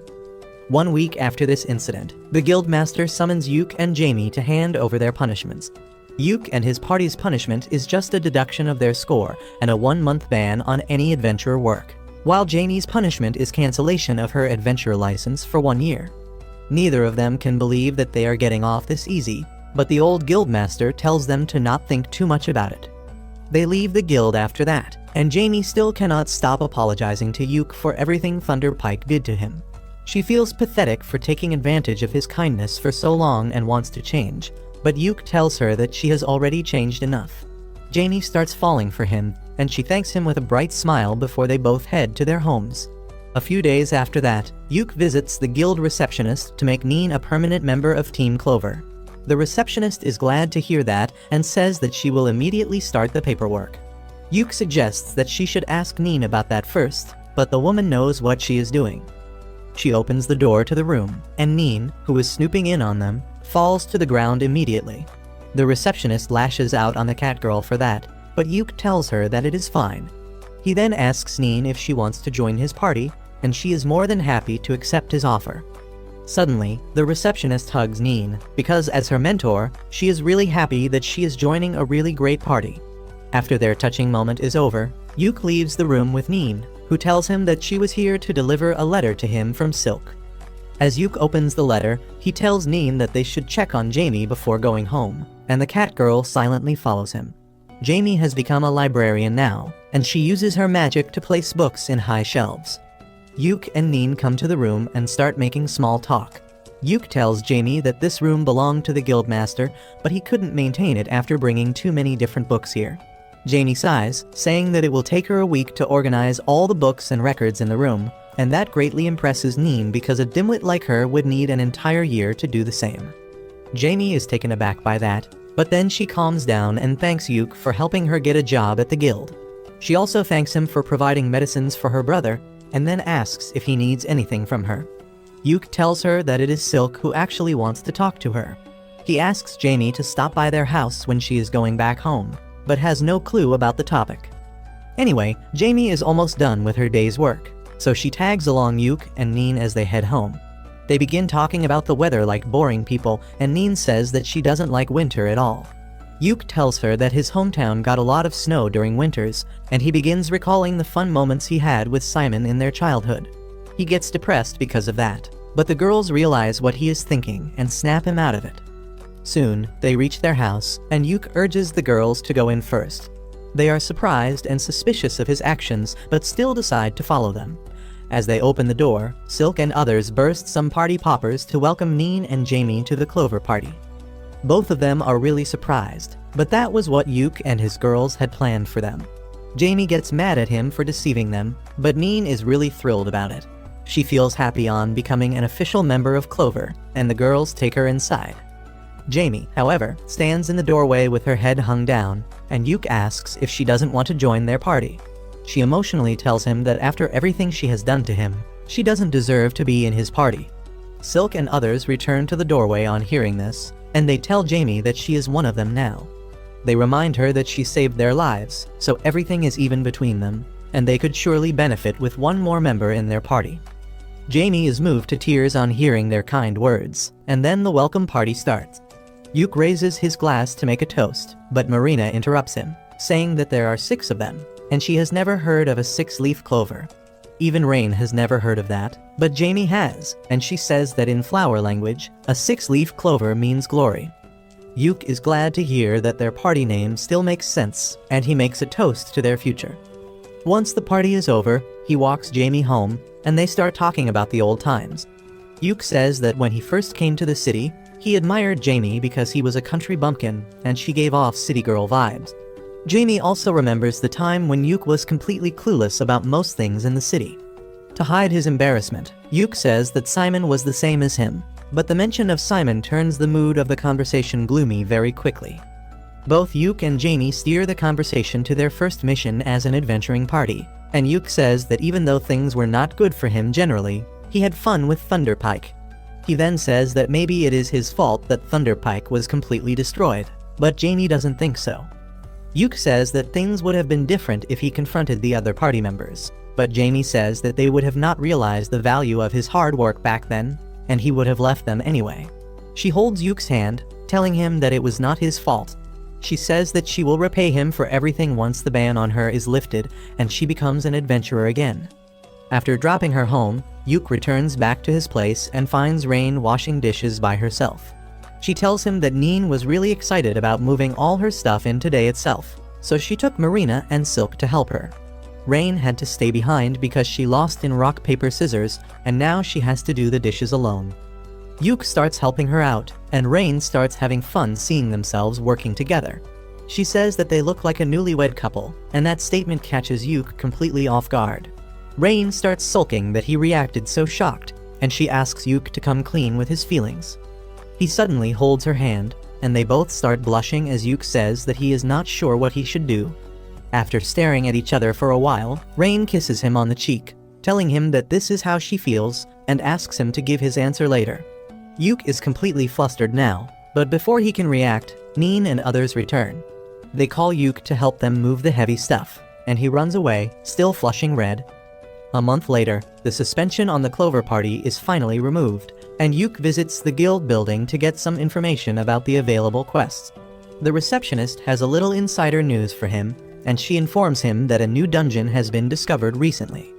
Yuk is shocked to hear that because the last dungeon was discovered 10 years ago. The receptionist tells him about the dungeon's location and says that it would be a nice place to do the comeback live stream of the Clover Party. Yuk begins thinking about it, and then the receptionist adds that the royal scholars think that the abnormalities with all other dungeons were because of the appearance of this new dungeon. Since the Clover Party did a great job investigating the Infinite Darkness dungeon, the scholars want them to investigate the new dungeon as well, and the kingdom has issued an official mission request for them. Yuk is surprised and thrilled to learn that the kingdom is giving his party another great chance, but he cannot give an answer to the request before consulting his party members. He returns home to share the information with the girls, but he only finds Marina doing maintenance on her gear, while the other 3 are busy elsewhere. Yuk decides to tell them about the mission request at dinner, and Marina tells him that she is going to the guild for a bit because Jamie had something exciting to share with her. Just as she leaves, Rain comes out of the bath with her hair dripping wet, and tells Yuk to dry them for her. He does as he is told, and after that, Rain heads for a nap, inviting Yuk to join her, but he is a wimp to jump at the offer. Just then, Silk comes there with some coffee for him, and as they sit down to have a sip, Yuk decides to share the information with her first because she is the most responsible member of the party. Silk is also really excited to hear about the new dungeon, and asks Yuk if he has any details about the mission. He tells her that he forgot to ask for the details and decides to visit the guild once again. Silk asks him to visit Jamie in the guild as well, and invite her and her brother to the party they are throwing to celebrate the ending of their suspension. Yuk tells her that he will do so, and then Silk suddenly starts acting shy, asking him to take some free time and spoil her like he spoils Rain. Yuk panics on hearing that, but Silk dismisses it as a joke and sends him away to the guild to get information about the new dungeon. Soon, Yuk and the girls head to the city of Duna, where the new dungeon has been found. Yuk drives a carriage while the girls keep chatting about how excited they are to go to a faraway city to explore a new dungeon. After 2 weeks of traveling, they finally reach the trade city Duna. They immediately reach the market as soon as they enter the city and find that it has different kinds of stores they have never seen before. Yuke grosses Marina out by saying that people here eat three-eyed frogs stewed in snail slime, but then tells her that he was just joking. He suggests that they should try out the food in this city before they go on the dungeon exploration mission, and then promises Rain that he will visit an artifact shop with her too. Rain notices that a lot of adventurers are in the market, and Yuke suspects that the news of the new dungeon has already spread. He points out that there are even adventurers and soldiers from nearby countries here. The nation whose presence is felt most strongly is Salmuteria, a nearby country with a very strict social hierarchy. Yuke tells the girls that the people in Salmuteria are quite proud and rigid when it comes to their family and bloodline, so they all have unique designs on their clothing that show their family and status. Marina suggests that they are practically a family too, so they should also design matching cloaks and armbands for their party. Everyone likes the idea, and Yuke says that he will come up with something later, but then he begins to think of ways to make the matching accessories useful as well. Soon, they reach the Adventurers Guild, and while Yuke and Silk go to talk to the guild master, the rest of the girls decide to chill at the pub.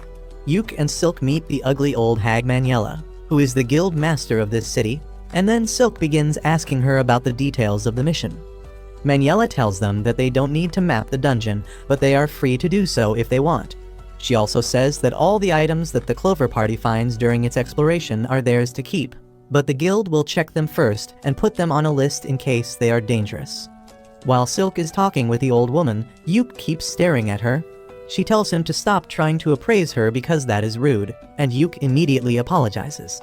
Maniela tells him that it is natural for him to beware of someone he has met for the first time, but she assures him that they are going to be honest business partners for some time now. She then tells Yuke that she is not just an ordinary old woman, but a member of the legendary party who reached the final floor of the Infinite Darkness dungeon. Benwood, the guild master from the previous city, was a member of the party, and so was Saga, Yuke's uncle who inspired him to become an adventurer. Yuke is astonished to hear all this, and then Maniela tells him to stop being so nervous around her. She wishes him all the best for the mission, and then gives him a map to the inn where she has arranged for his party to stay. Once they leave the guild, both Yuke and Silk try to relax because being with the old hag really exhausted them.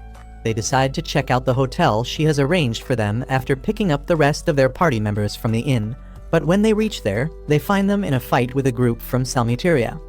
The people from Salmuteria speak a different language, but they are obviously pissed at Marina and others, who hold their ground and tell them to get lost.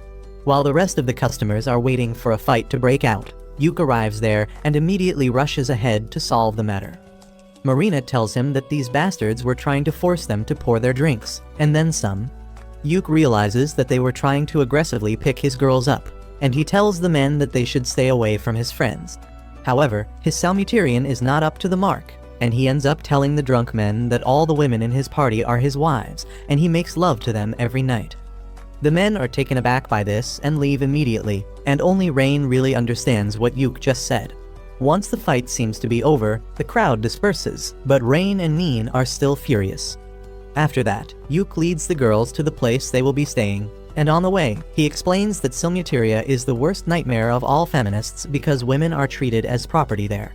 That is why the drunk men tried to force themselves on Marina and others, but they also have strict laws that can backfire on them if they try to steal another person's woman.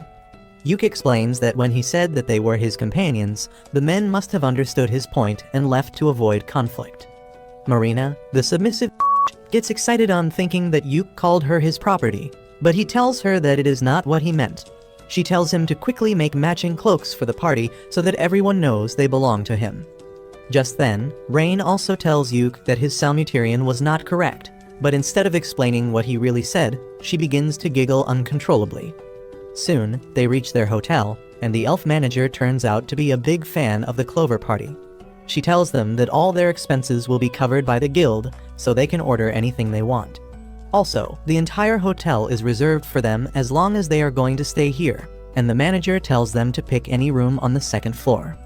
Yuke and others thank her for her hospitality, and the manager decides to show them her hotel's speciality before they go to their rooms. She leads them to a hot spring in the backyard, and only Neen has seen one before. She eagerly tells her friends about how hot springs work and invites them to take a dip with her before having dinner. The next day, Yuke and Silk hold a meeting to explain their strategy for the upcoming mission. They say that they will follow the same pattern they used during the Infinite Darkness dungeon mission and livestream everything. Their goal is to fully explore the dungeon till the 5th floor, after which it will be open to the public. Silk explains that they only know that the 1st floor of the dungeon is partially underwater, and they can find a lot of water and bug-type monsters there. Moreover, they need to be fast while exploring the dungeon, because there are 2 other parties who will be sent on the same mission as them. Yuk tells the girls that they don't need to take part in this exploration race because the other 2 parties are more experienced than them, and if they try to compete, they might get injured. After explaining this, Yuk says that on the first day, they will aim to reach the 2nd floor and then cover the entire 1st floor to get a good idea of what the deeper floors are like. He then tells Neen that her airflow artifact might not be able to help her find the way out in the dungeon because of all the water, so she should come up with another way to find the proper way. After that, Silk tells everyone to finish their preparations by the end of the day because they will be heading to the dungeon first thing in the morning. The next day, they head to the dungeon's location, and Manuela is there to greet them at the observation center set up by the royal scholars. Marina asks her the name of the dungeon, and Manuela says that it has not been named yet because they don't know what is inside. She tries to encourage Marina by saying that her party might be the one to name the dungeon, and everyone gets excited on hearing this. With that, they go to the entrance of the dungeon, and Yuk starts live streaming to let the world know that Clover is going to explore a new dungeon today. The party enters the dungeon, and while Yuk and the girls are chatting excitedly about their expectations from the new dungeon, Neen finishes scouting the way ahead. Yuk asks her if she finds anything special, and the cat girl tells him that she saw something that she doesn't recognize or even understand. Everyone follows her, and Neen shows them the strange floating chains around the corner using a mirror. Even Yuk has not seen anything like it, but he suspects it to be a monster, so he tells the girls that they are going to attack it. He enchants their physical abilities before rushing at the chain monster, who begins attacking them as soon as they come in his range.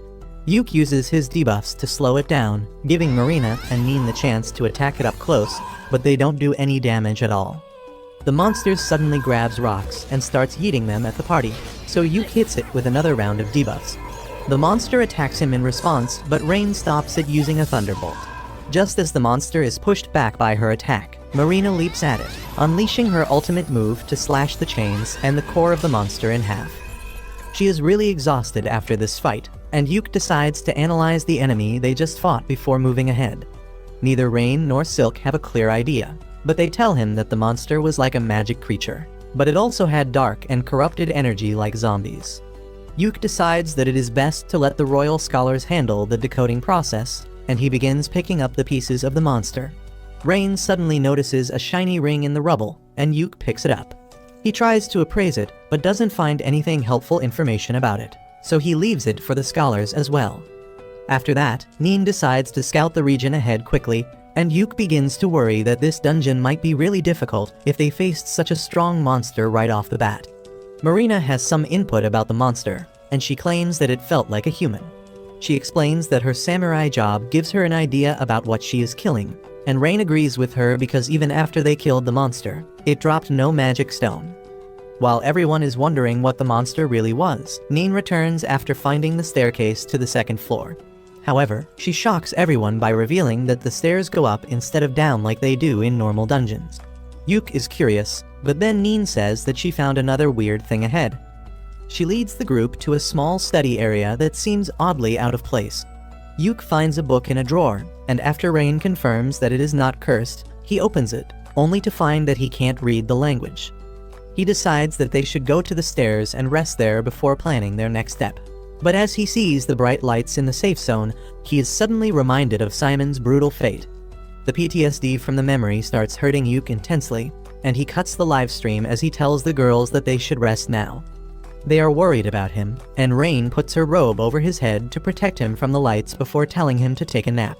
Yuk takes up on her offer, and after sleeping on her lap for a while, he wakes up refreshed.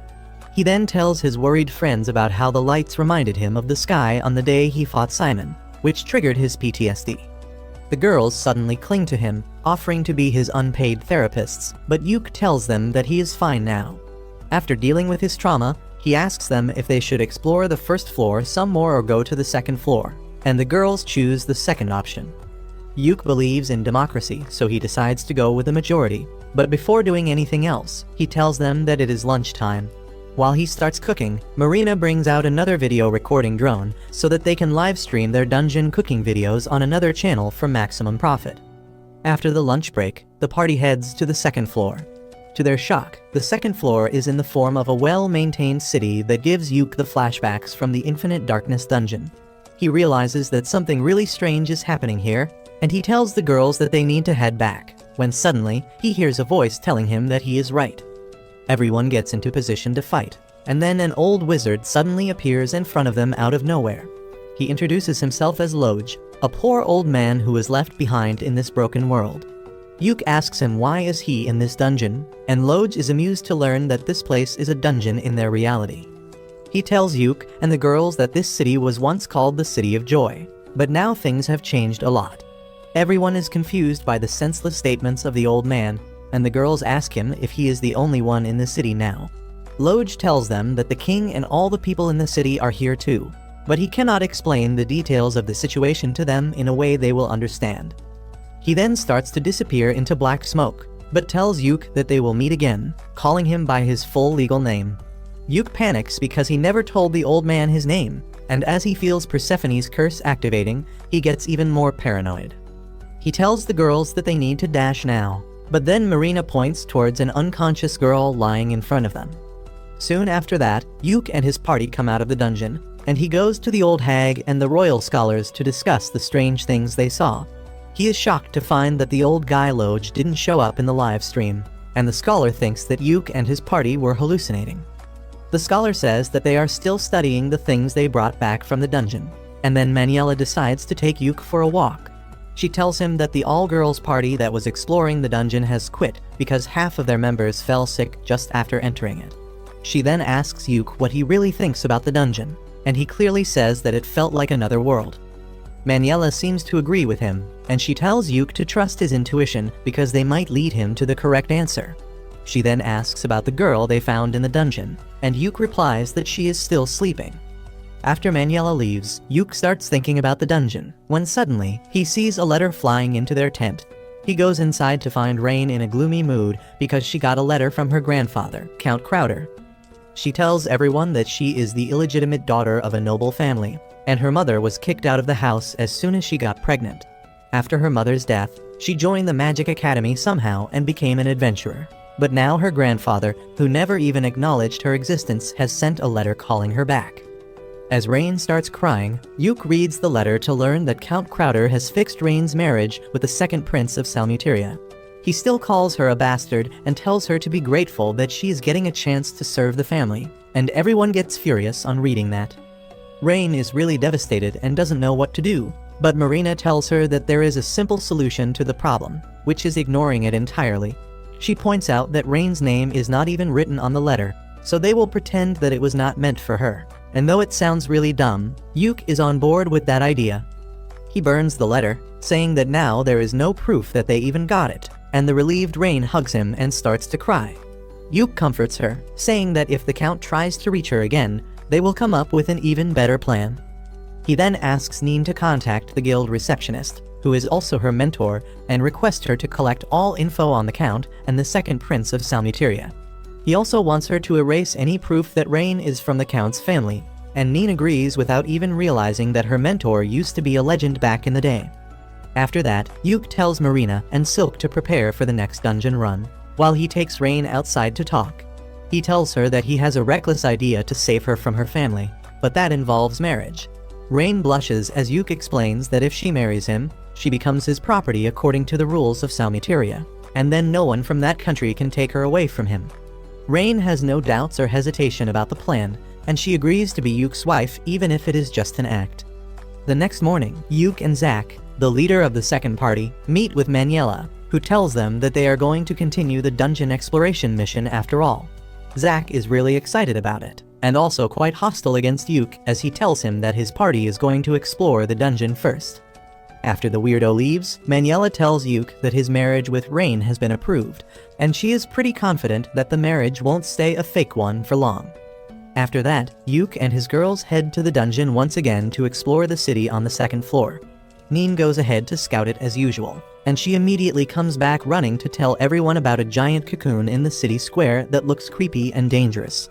There is one cocoon on each pillar, and Rain senses a dark and corrupted mana being released from them, which is similar to the chain monster. Neen decides to scout the cocoons, but as she goes near them, she gets hypnotized by the cocoon's eye. Immediately after that, a mouth appears in front of the cocoon's belly, and it lunges towards Neen to swallow her whole. Luckily, Yuk saves her from becoming monster food, and once Neen is at a safe distance from the cocoons, all of them go back to sleep mode.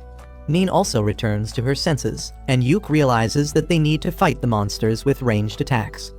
Marina eagerly pulls out her crossbow for that, and Yuk tells Silk to do what she does best. He asks Rain to use ice magic because if the cocoons are really some sort of bug, temperature changes will hurt them. After that, he buffs everyone with his support spells and then runs towards the pillars. The cocoon monsters try to hypnotize him with their eyes, but Yuk uses a flashbang spell to blind them, and then uses a more powerful blindness spell to keep their eyes shut. Marina and Silk immediately fire their arrows, defeating 3 of the 4 monsters. But when Rain shoots her ice magic at the last one, it proves ineffective. Marina decides to steal her kill and charges at the monster with her ultimate move, with Neen and Yuk supporting her to finish the monster. The monsters drop rings instead of magic stones, and Yuk collects them all. He then notices that Marina has been standing silently in a corner ever since defeating the last monster, and he asks her if everything is alright. She is about to tell him the truth, but then sees the camera drone, so she tells him that she needs some time to settle down. Yuk realizes what she wants, so he suggests that they rest in a nearby building and cuts off the livestream. While the group has a tea party, Marina tells them that when she cut down the cocoon monster, she felt like she was cutting a human. However, that is not the surprising part. She says that the pillar she cut down along with the monster felt like a human too, but she couldn't be certain even though she should be because of her samurai job class. Everyone is stunned to hear this, and Yuk suggests her to try cutting something in the room, but Marina says that she has already tried that, but the results were still not clear. She feels depressed and helpless, but then Silk says that she also feels something is very wrong with this place because the spirits are not communicating properly with her. She says that it somehow feels like the land of the dead that Persephone rules, and Rain agrees, saying that the mana here is not normal.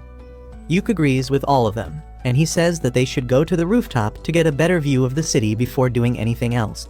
Once they see the full expanse of the city from the roof, Yuk says that they will aim to enter the castle at the center of the city today, and once they explore it, they will call it a day. With that, they start walking towards the castle, but the silence of the city gives them the chills. They wonder if no one really lives here, which reminds them of the mysterious old man named Loj. While Yuk thinks he really might have been a hallucination, Rain disagrees with him because she has the sanity ring he gave her that makes her resistant to any mental effects. Everyone believes her, and they think that since Loj was real and still didn't appear on the livestream, he must be interfering with their drone cam. Suddenly, they spot Loj at the gate of the castle, and they immediately reach him, asking what is wrong with this city. Loj tells them that this city is completely fine, and the people here are saved so well that they don't need to be saved from anything ever again. Yuk asks him if the monsters they fought earlier were humans, and instead of giving him a clear answer, Loj starts a philosophical lecture on what actually is a human. Realizing that he won't answer this question, Rain asks him about the golden rings. Loj tells her that they are called the One Gold, and Rain asks what is he compiling with them. No one else understands this wizard mumbo-jumbo, but Loj warns Rain that the knowledge she is seeking will traumatize her. He tells her that she already knows what the purpose of the rings is, and then vanishes, telling Yuk and his party that they will meet again. Yuk asks him if he will tell them the truth the next time, and Loj tells him that the truth will find them in its due time. Everyone is even more confused now, but then the gates to the castle open, and they decide to explore it quickly and then head out. Later, Yuk analyzes the recorded clip and the castle's layout with the supervisor of royal scholars and Maniela. They now believe that Loj is not a hallucination, and Maniela compliments Yuk on his good work. Even the royal scholar praises him, and Yuk is taken aback by this because the man in front of him is Viscount Bodman, a renowned scholar and one of Yuk's favorite authors on dungeons. Bodman then presents the report on the gold rings and says that they were derived from humans.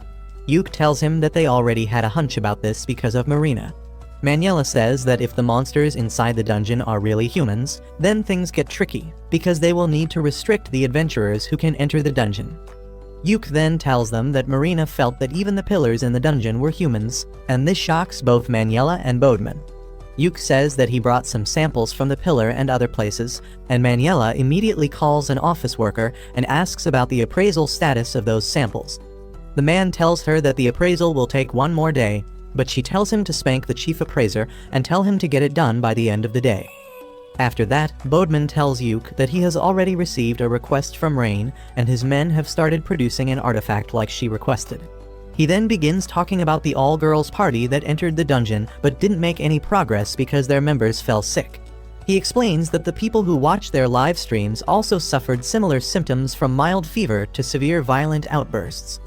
He thinks that there is something wrong with the stream, and Yuke immediately thinks about Loge calling the second floor of the dungeon, the city tainted by twilight.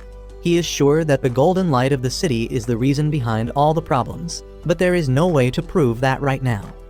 Bodman then tells Yuke that the country will take its time to decide what to do with the dungeon, but his party is needed to stay in the city for the time being so that they can do a few more runs.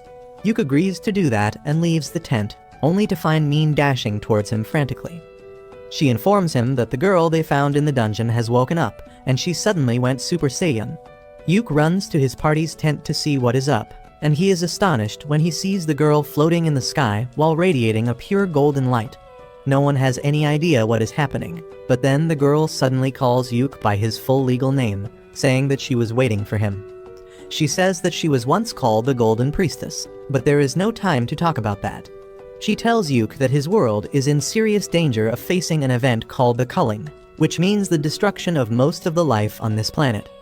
Yuke doesn't understand what she means, so the Golden Priestess explains that just like the city in the dungeon, soon this world will also be engulfed by the golden twilight and become lifeless just like it.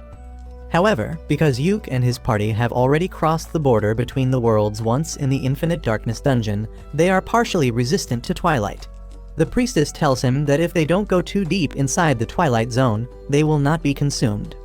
She then tells them to seek out Loge because he knows everything, but the girls reply that they have already met the old man who refuses to answer their questions. The priestess tells them that they need to force him to tell them the truth because he is the only normal being in the distorted world. Rain asks the priestess why she is telling them all this, and she replies that the tragedy started because of their fault. It was their king who got too greedy and wanted a golden eternity for his city, creating the destructive phenomenon known as the Twilight. She throws in a bunch of heavy words in the conversation like the fruit of world tree, the ultimate treasure, and some more, but no one understands what she means. In the end, the priestess asks Yuke to stop the Golden King and destroy his treasure because that is the only way to save his world from certain doom. With that, the golden glow leaves her, and she suddenly turns into a normal human named Rune.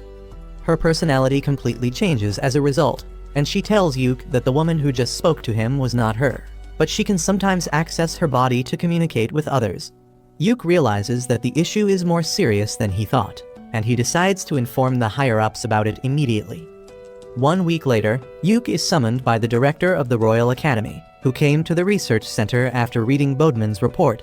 Yuke is nervous in front of him, but the director tells him to be at ease because they have something very important to discuss.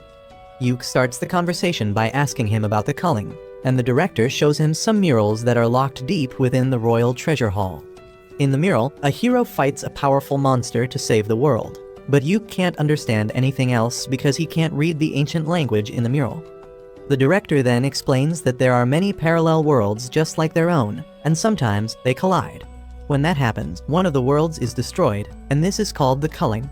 Usually, it is random, but this time, they have proof that the person named Golden King tried colliding his world with this one on purpose.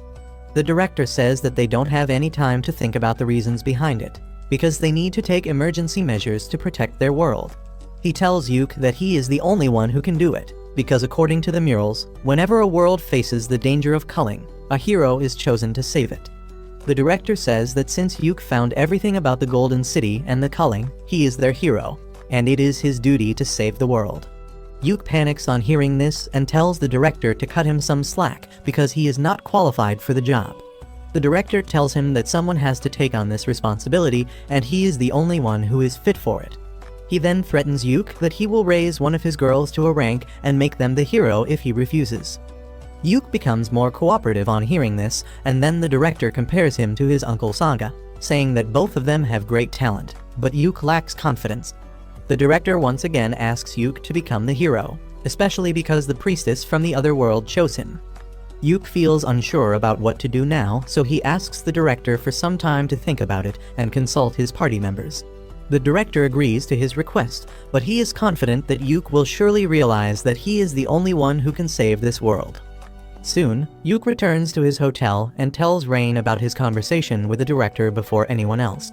She is impressed by the idea of him becoming the hero, but she says that she will support him even if he wants to refuse. However, she also believes that he is the only one fit for the role. She reminds him how the Golden Priestess possessed Rune to talk to him. Rain says that the priestess seemed to be waiting for him, which means he is special. Yuke sighs, saying that he doesn't mind exploring the dungeon a bit more, but saving the world is too much. Rain suddenly starts caressing him as she tells him that he just needs to keep doing what he has done till now because everyone in the Clover Party will support him, and together, they can do anything. Yuke feels better after hearing all that, and then Rain sits on his lap and hugs him, telling him not to worry about anything because they are stronger than he thinks. A few days after that, Yuke attends a meeting with the leaders of the parties that are going to explore the dungeon now. Apart from the guy named Zack, there are 2 more people who lead a rank parties, and the director gives them the details about their mission. He informs them that this time, the viewership of their live streams will be restricted, and only the royal scholars will see it to minimize the damage from the golden light of the twilight. After that, Zack suddenly gets angry because Team Clover is still participating in the dungeon raid even though it has become more dangerous. He complains to the director to get them removed, but no one pays any attention to his rumbling. The other adventurer named Lucent who helped Yuke in the past tells Zack to stop whining because Yuke's party has shown their abilities while investigating Infinite Darkness Dungeon. Even the girl leading the last party says that ranks don't matter in situations like these and only results do, and Zack has nothing to say after that. All the adventurers leave the room one by one after that, but Yuke stays behind. The director tells Yuke that it was a good idea to keep the hero business a secret from others because Zack would have reacted even more explosively on hearing it. The scholar Bodeman adds that Rain had asked them to prepare special magic devices and they are almost ready as well. After that, Yuke returns to his tent and puts together all the maps that the different parties have drawn till now. None of them give him any idea how to get inside the castle in the Golden City, but Rain suggests that they take Rune with them. She believes that since Rune is from the Golden City, the castle gates may open for her. Yuke thinks that the idea is not bad, but he still has some doubts about taking Rune back to the dangerous place. Just then, Lucent comes to the tent to discuss the strategy for the next mission with Yuke. Yuke informs him about Rain's plan to take Rune inside the castle, and Lucent is completely on board with that. He even offers to guard Rune during the mission, and though Yuke is still not sure, he realizes that taking the girl with them is their best bet. The next day, the 4 parties enter the dungeon with Lucent's party joining Clover. They come to the castle gate and find Loge waiting for them there.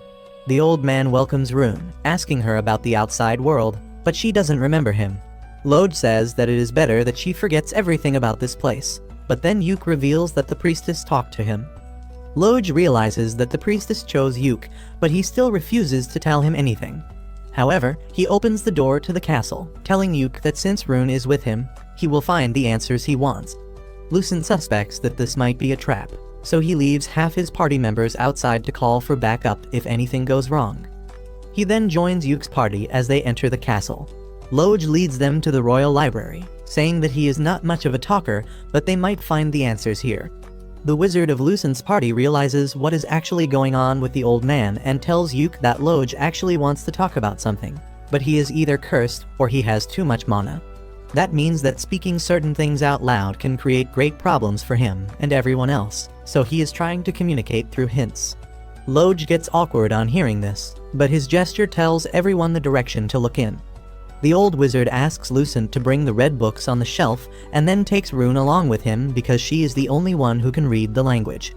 Rain senses a strange mana from a big brown book and the study table's drawer, and Silk also feels that the spirits in the library are connected to people's memories. She decides to connect with the spirits, and suddenly a book possessed by a spirit comes flying towards her. Silk eagerly starts asking the book spirit the things they want to learn, and on the other hand, the old wizard scans Rune's mind as she reads the ancient books. Meanwhile, Neen finds a key to open the big book that Rain noticed earlier, but Yuk is not sure about opening it. He asks Loj if the book is dangerous, but he doesn't give him a clear answer. However, when Yuk forces him to say that the book is not dangerous, it suddenly glows and a trap inside it is diffused. Yuk opens the book after that and finds that it contains many similar magic circles, but he can't make out their meaning. Suddenly, Silk comes there, claiming that she can help him with that. The book spirit in her hands has shrunk down quite a bit, and Silk says that it can help him understand what is written in the books. As Silk holds Yuk's hand and uses the power of the book spirit, they find themselves standing on top of the book. The book spirit turns into a white snake named Biblion, and tells Yuk that he cannot understand the true meaning of the book just by reading it. The spirit snake says that it will interpret the book correctly for him, and Yuk takes up the offer. The spirit snake uses its power to drown Yuk into the memories of the person who wrote the book. The author tells Yuk what the book is about, and when he returns from the memories, Yuk explains to the girls that this book is about creating a chain of spells that can create an extremely powerful result. The rest of the girls don't understand what he is talking about, but Rain and the old wizard from Lucen's party realize how powerful the spell is. Yuk asks the old wizard if he is finished with his task, and he replies that the red books contain the history of the Golden City. According to the books, the City of Joy was the capital of a rich and advanced kingdom, but one day, they had to face an event like the culling, so they tried to come up with a way to avoid that. Yuk adds that the magic spell mentioned in the book also aims to deal with the main source of the culling event, instead of just delaying it or evacuating people. The more Yuk talks about the spell in the book, he starts feeling a sharp headache. He tells everyone that they should head out now, and just then, the all-girls party also arrives there. Yuk and Lucent tell them that they are going to retreat now, but then they learn that Zack and his party went deeper into the castle. Yuk decides to leave them alone because they can't stay in this dangerous place any longer, and the leader of the girls' party says that she will stay on guard till Zack returns. With that, Yuk and his girls leave the castle, but he keeps thinking about the magic in the book and how it is connected to the fate of the Golden City. Soon after that, Yuk and others go back to the control room and tell the higher-ups about their discoveries. They explain that the dungeon is actually a real city from a parallel world, whose king wanted to save it from twilight, so he used a special magic to take it across dimensions. However, his magic was imperfect, so he ended up turning all the people in the city into objects. He then puts a ring he got from the monsters on the special device that the scholars made on Rain's request. As Rain activates the device using her magic, it projects a vision of the Golden City. The director asks if the rings found from the monsters are able to display messages in the same way their broadcasting drones work, but Rain denies that theory. Yuk explains that initially, he had the same theory too, but now he has realized that the rings store the information about the people themselves. He explains that King Vorden of the Golden City found that he could not carry humans to another dimension, even with his special magic, so he came up with the golden rings that could turn them into something other than humans. The old wizard says that this crazy idea proves that the king was already under the effect of twilight, and then presents the books he found in the library. He says that King Vorden possessed a special treasure called the One Gold, but they don't exactly know what it could do. Yuk recalls that the Golden Priestess told him that the One Gold was the fruit of the World Tree that could grant any wishes, but it was also something humans were forbidden from even touching. He believes that King Vorden used the One Gold to create the rings and gave them to his people. After that, he tried traveling through the dimensions, but his magic was imperfect, and the people of his city were corrupted and turned into monsters. Yuk says that according to the Golden Priestess, the only way of stopping this tragedy is by defeating the king and destroying the One Gold. The director asks him if he can do it, and Yuk replies that he has to do it at all costs. After that, Yuk and Rain head back to their hotel, when suddenly, a carriage stops in front of them and an ugly balding man comes out of it. He tells Rain that he was looking for her, but she doesn't even know who this creep is. He introduces himself as her Uncle Bran, saying that he is here on the behalf of the head of the Crowder family to take her back with him. Rain gets nervous on hearing this, but Yuk hides her behind him and then tells the man that he has got the wrong person. Bran knows Yuk's identity too, and he tells him to not stand in his way because Rain should go back to her rightful family. Yuk refuses, saying that Rain has no family, and Bran sends his guards to take her away by force. Yuk uses snare and sleep spells on the two guards, knocking them out. Bran gets scared, but he still acts arrogantly, telling Yuk to get aside because Rain's marriage has been fixed to the Prince of Salmuteria. He even gets ready to hit him, but then Yuk asks him for proof that Rain is actually the daughter of the Crowder family. Bran falls silent on hearing this, and Yuk accuses him of trying to kidnap a random girl and then marry her to another country's royalty by pretending that she is their daughter. Bran tells him that even if the girl is not a member of their family, she is going to become a queen, and their family will also benefit greatly from it. He orders Rain to come back to her father, but she activates a magic spell as she tells him that she doesn't want to. She shoots a tiny lightning bolt just above Bran's head, burning what little hair he had on the top of his head and scaring him shitless. He immediately runs away after that, and Rain tells Yuk that they should head home before anyone else comes after them. Meanwhile, Bran runs straight to the second prince of Salmuteria, who asks him where is the bride he ordered. Bran nervously tells him that it will take some time because Rain has got a bad temper after becoming an adventurer. He says that she even shot a lightning bolt at him, and this shocks Prince Masmoda because women can't even leave the house without permission in his country. Anyway, he decides to give Bran some more time because he needs Rain for a special reason. He also tells him to bring all the girls she hangs out with so that she has some friends in his harem. Bran says that it will be difficult, but Masmoda increases the reward by 5 times, and the ugly bastard immediately sets out to get all the girls from Clover for his client. Unaware of this, Yuk and his girls keep forming strategies for their dungeon raid and fooling around in the hot springs. A few days later, it is time for the final mission to destroy the One Gold. But while Yuk and others are discussing the details with the old hag, they receive news that Zack's party kidnapped Rune and took her into the dungeon with them. Everyone panics on hearing this, but Yuk tells them to stay calm because they can solve this problem. He assembles the remaining 2 parties and tells them that they must catch up to Zack's party quickly, and then they can head to the deepest parts of the castle to destroy the One Gold. They rush inside the dungeon with that, but as they enter the 2nd floor, they find a huge number of cocoon monsters waiting for them. The leader of the girls' party tells Yuk that they will handle the monsters and he should go ahead and rescue Rune.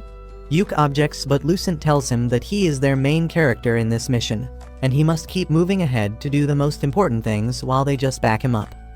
Following his advice, Yuk rushes ahead with Lucent's party while the girls fight the monsters. However, just as they reach the castle gate, they find a horde of monster knights waiting inside. Lucent tells Yuk that his party will handle them and he should go inside to deal with the One Gold. The wizards from Lucent's party begin attacking the monsters to attract their attention, and using this chance, Yuk and his girls slip past them. They reach inside the castle soon, and Neen finds the route that Zack took. She says that he is heading straight to the throne room, which is exactly where Yuk believes the One Gold is. As they rush towards the throne room, Yuk feels someone coming and immediately alerts his party. However, it turns out to be Loj. Yuk tells Loj that he learned a lot from the library, including details about him. Turns out that Loj is the son of King Vorden, and Rune is his niece and the king's granddaughter. Loj feels no need to hide things from Yuk now, and he says that his father made a mistake, and Rune is the key to make things right. He wishes Yuk the best of luck and then vanishes, leaving a gold ring behind. Yuk's party soon reaches the throne room's door and hears Zack laughing inside. Yuk tells them to get ready to fight, and Silk calls out the book spirit to assist her. With that, they charge inside the room and find Zack and his friends enjoying the loot they found in the royal chamber. They tell Yuk that he is too late because their party conquered the dungeon first. Yuk doesn't care about that and asks where is Rune, but then Marina tells him to look at the end of the room. Yuk is shocked as he sees King Vorden on the throne, and next to him, Rune is lying unconscious on the floor. He gets furious, thinking that Rune is hurt, but Zack tells him to stop being sentimental because she was just a tool to conquer this dungeon. He tells Yuk that he hated his party from the beginning because they are outsiders who don't even belong to this region. However, he also hates Yuk specifically because he is always surrounded by beautiful girls. All of Yuk's girls call Zack a jealous incel and tell him to get a life, which makes him even more angry, and he tells King Vorden to give them more power so they can beat the intruders in his palace. The king listens to him and activates the power of the One Gold, freaking Yuk out as he can't predict what is going to happen next. The king uses the power of the 1 gold and shares it with Zack's party using the golden rings. Yuk panics on seeing them wear the ring and asks if they are stupid to use something so dangerous. Zack mocks him, saying that he is just saying this because he realizes there is no way to win now. He says that the king taught them how to use the rings, and now they can feel the power surging inside them. Yuk feels Persephone's curse mark activating, as he realizes that Zack and his team are using the magic that grants wishes. He asks them if they don't know how dangerous that spell is, but Zack replies that he doesn't care.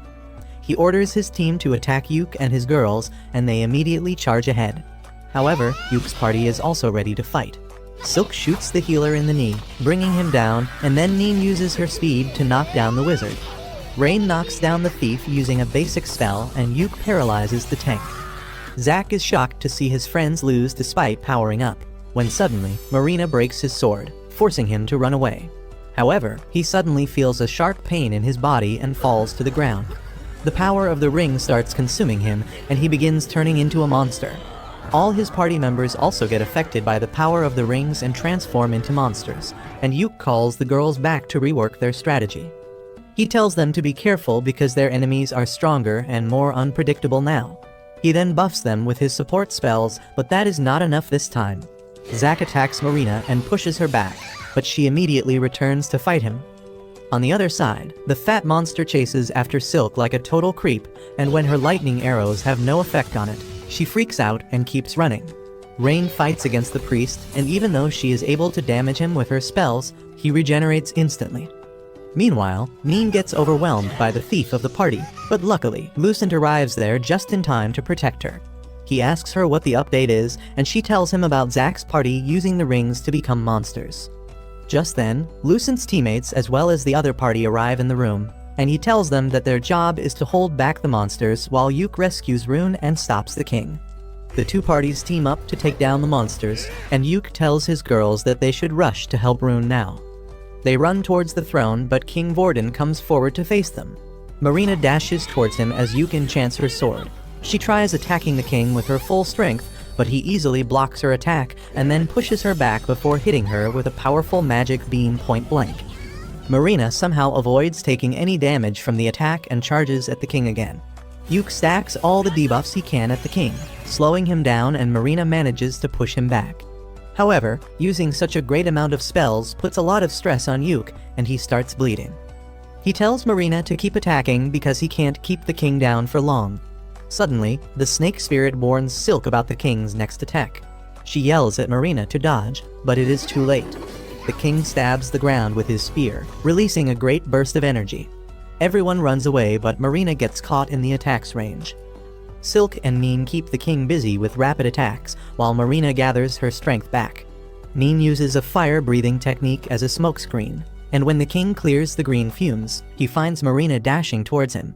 She uses her ultimate move to cut through his weapon and injure him, and Rain declares that she will deal the finishing blow.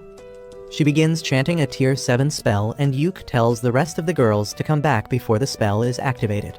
They rush to his side just as Rain unleashes her magic and engulfs the king's body in flames. Yuk uses a water spell to prevent the flames from reaching them, and Rain also holds back her power so that she doesn't accidentally burn her own party. Silk summons a water spirit to assist Yuk, who lowers down the water wall and uses a scroll to increase everyone's flame resistance. He then tells Rain that she should stop controlling her power, and she collapses right as she lets the spell work at its full strength. The flames around the king burn even brighter, and Yuk shields all his girls using his magic robe for a few seconds before the flames die down. He then turns around and finds that the king is still clinging on to life, but not for long. As he tries to take a step forward, the king turns into ash, and his ring falls on the ground. Rain is feeling really weak and exhausted now, so Yuk uses his special spell to recharge her mana and then also gives her some mana potions. He then decides to destroy the 1 gold, but Rune tells him to look at the ground. The king's ashes are gathering around the ring, and Yuk realizes that the 1 gold is trying to revive him. He quickly moves towards the ring and uses Persephone's power to break the ring, but that gives him a serious migraine. In the meantime, the remaining 2 parties have also finished dealing with the monsters, and they come upstairs to catch up with Yuk. They look at the 1 gold and say that once they destroy it, all will be over, but Yuk tells them that he has a feeling that they are missing something. the wizard of Lucen's party says that they should let Yuke handle the 1 gold because only a superior red mage like him can destroy it. Lucen says that if they can't help, they should not stay here and bother Yuke either, and the other party's leader agrees with him. She asks Rune to come with them because she must be tired, but she refuses, saying that she will stay back to help Yuke. She says that she is the golden priestess, so she can touch the 1 gold without getting hurt, and Yuke can also do that. However, the rest of them will be exposed to the effects of the twilight if they are present during the process, and they will lose their mind. Yuke agrees with her and says that even if things go wrong here, it will be for the best to reduce the number of victims. His girls take offense on hearing this, as they believe that Yuke is trying to sacrifice himself. While he tries to calm them down, Rain asks Rune if she is sure that they can't do anything to help. Rune tells her that Yuke is special so no one else can help him, and Rain realizes that is true. She suddenly hugs Yuke tightly, telling him that she will be waiting for him at home. Silk and Marina hug him too, but there's no space left for Neen, so she tells Yuke that she needs her hug when he gets back home safely. With that, everyone leaves the dungeon, leaving only Yuke and Rune behind. They walk towards the 1 gold and find Loj sitting on the throne. He tells Yuke that since his father is dead now, he is the official king.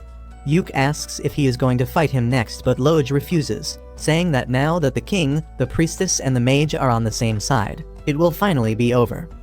He explains that the 1 gold is the real cause of Twilight, and it has destroyed countless worlds before coming to this one, and once they destroy it, no world will face the same danger again. The 3 of them walk towards the treasure, and Loj wishes for a silent end. He then asks Yuke to use the great spell to destroy the 1 gold, and Rune supports him using the power of the Golden Priestess. While they are casting the spell, Yuke suddenly remembers how he used Persephone's power to modify his spell so that Simon would suffer for an eternity, and that makes him realize something he never thought of before. He realizes that the 1 gold is nothing but Simon, cursed to suffer for an eternity without dying. His body kept growing because it could not die, and then it transformed into the 1 gold, traveling through different worlds, sharing his curse of destruction with them. Yuke decides to put an end to Simon's misery and uses the spell to destroy the 1 gold, freeing him from the endless cycle of suffering. As soon as he uses the spell, the 1 gold shatters and the world inside the dungeon starts fading. Everything soon turns completely dark, and Yuke realizes that this dungeon was just an extension of the Infinite Darkness dungeon, which was trying to correct an anomaly within itself. Suddenly, Loj starts vanishing because now there is no need for him to exist in this world. He tells Yuke to take care of Rune for him, and then asks her to live her life freely because he and her parents have always wished for her happiness. He completely vanishes with that, and Yuke asks Rune to come with him because she is a member of his family. Meanwhile, in the real world, Yuke remains missing even days after everyone else returns from the dungeon. One day, the bald guy named Bran corners Rain on the streets again, and she immediately points her staff at him to tell him to go away. Bran is not scared of her this time because he knows her weakness. He asks Rain if she is looking for Yuke and says that he knows something that will help her find him. Rain is curious now, and Bran tells her about an artifact called Seeker's Compass that can detect the location of any object or person. The desperate Rain asks Bran how can she get it, and he tells her that the compass is with Prince Mastoma of Salmuteria, and he can take her to him so that she can negotiate about the compass directly. He tells her that if she succeeds in getting the prince on her good side without offending him, he will give her the compass, but for that, she needs to leave right now. Rain is unsure about that, but Bran tells her that nobles and royals don't have free time like peasants, and if she wants to meet a prince, she must come with him right now. He starts walking away, telling her that she is free to not trust him, but it won't be his fault if she keeps on waiting and Yuke's dead body turns up at the Adventurers Guild. Rain gives in to the emotional blackmail and agrees to go with Bran, and the fat bastard tells her that he knows she is worried about her friends, so she can write a letter to them which he will deliver later. Rain agrees to this, and Bran laughs to himself, thinking that he is finally going to get rich by selling the girl to Prince Mastoma. Meanwhile, Yuke is still struggling to get out of the Infinite Darkness dungeon with Rune on his back. He feels completely lost with his sense of time, distance, and direction being messed with the darkness all around him. Suddenly, he hears Rain's voice calling his name and sees a light in the distance. Yuke feels like this could be the exit, and he lifts Rune in his arms as he runs into the light. The next moment, they both find themselves underwater, and Yuke grabs Rune's arm as he carries her to the surface. They are both exhausted and drenched once they reach the ground, and Yuk starts a fire to warm themselves up. He looks around and figures out that they are not far from the dungeon, and tells Rune that once their clothes are dried, they will start searching for a road that will lead them to the nearby city. They reach their inn by sunset, and the manager immediately alerts the girls as she sees Yuk coming. Marina and Silk run outside and hug Yuk tightly. They begin telling him how worried they were with teary eyes, and Yuk tells them that they are overreacting. Marina yells at him that he has been missing for 2 weeks now, and that shocks Yuk because he thought he was in the dungeon for just half a day. He suddenly realizes that time is too distorted inside the Infinite Darkness dungeon, and he was lucky that only 2 weeks passed outside because it could have been thousands of years as well. He immediately hugs the girls and apologizes for worrying them, and they start crying. After that, they go to check up on Rune, and Yuk thanks the manager for taking care of his girls in his absence. He then asks where are Rain and Neen, and everyone suddenly gets cautious. Marina and the manager take Rune inside immediately, and Yuk asks Silk if something happened. Silk nervously tells him that Rain has been missing for 2 days, and they just received a letter from her. In the letter, she writes that she is going to find Yuk and asks her friends not to worry about her. Yuk asks who delivered the letter, and when he learns that it was a servant of the guy called Bran, he gets a bad feeling about it. Silk tells him that the servant said that Rain is not coming back, and if they want to see her, they should come to Prince Mastoma's mansion in the city. She says that they were clueless about what to do without him, but Yuk comforts her, telling her that he is here now and he will handle everything. He decides to go and bring Rain back immediately, and Silk says that he should get some rest first. He replies that he will rest after bringing his best girl back, and Silk informs him that Neen has gone ahead to scout the area, so he should meet up with her there. Yuk then runs to the city, and when he reaches the prince's mansion, Neen jumps behind him, telling him that she is glad to see him after 2 weeks. Yuk pats her head and then asks where should they break in from, but she replies that the security is equally tight everywhere. Yuk replies that they will just have to walk through the main gate then, but they don't even need to fight because the guards let him in. Yuk immediately goes to meet Prince Mastoma, who asks him what is he here for. He replies that he is here to take Rain back, and the prince acts offended at this because Yuk makes it sound like he stole something from him. He says that Rain came to see him herself, and before Yuk can say anything in response, a woman brings Rain to the room. As soon as Rain sees Yuk, she runs into his arms. They hug each other tightly, and Mastoma laughs, telling Rain that it looks like she won the bet after all. Yuk turns to the prince to ask what he means, and he replies that Rain made an outrageous bet with him. She promised to marry him if Yuk was dead, but since he is not, he cannot put his hands on her. Yuk is shocked to hear this and asks Rain how she could do this, and she replies that she had full faith that he would return alive. Mastoma says that it is his loss, but he will accept it according to the laws of his country. Just then, Bran barges into the room because someone told him that he is not getting paid. He is about to confront Mastoma, but then he sees Yuk alive and wets his pants. Mastoma tells Bran that he tried to trick him, and he will not be forgiven for that. Bran nervously tells him that he didn't lie to him, but Mastoma reveals that Rain told him about her marriage with Yuk, and he got the public records checked to verify it. He says that Rain is Yuk's property according to his country's law, and more importantly, Yuk is a rank adventurer who has the title of the hero. Bran is taken aback to hear this, but Mastoma says that since Yuk is the hero, he is officially the property of the king of this nation. The prince accuses the bald bastard of trying to scam him by selling something that wasn't his. He orders his soldiers to throw the bastard in jail, and Bran keeps screaming that he didn't know anything about this.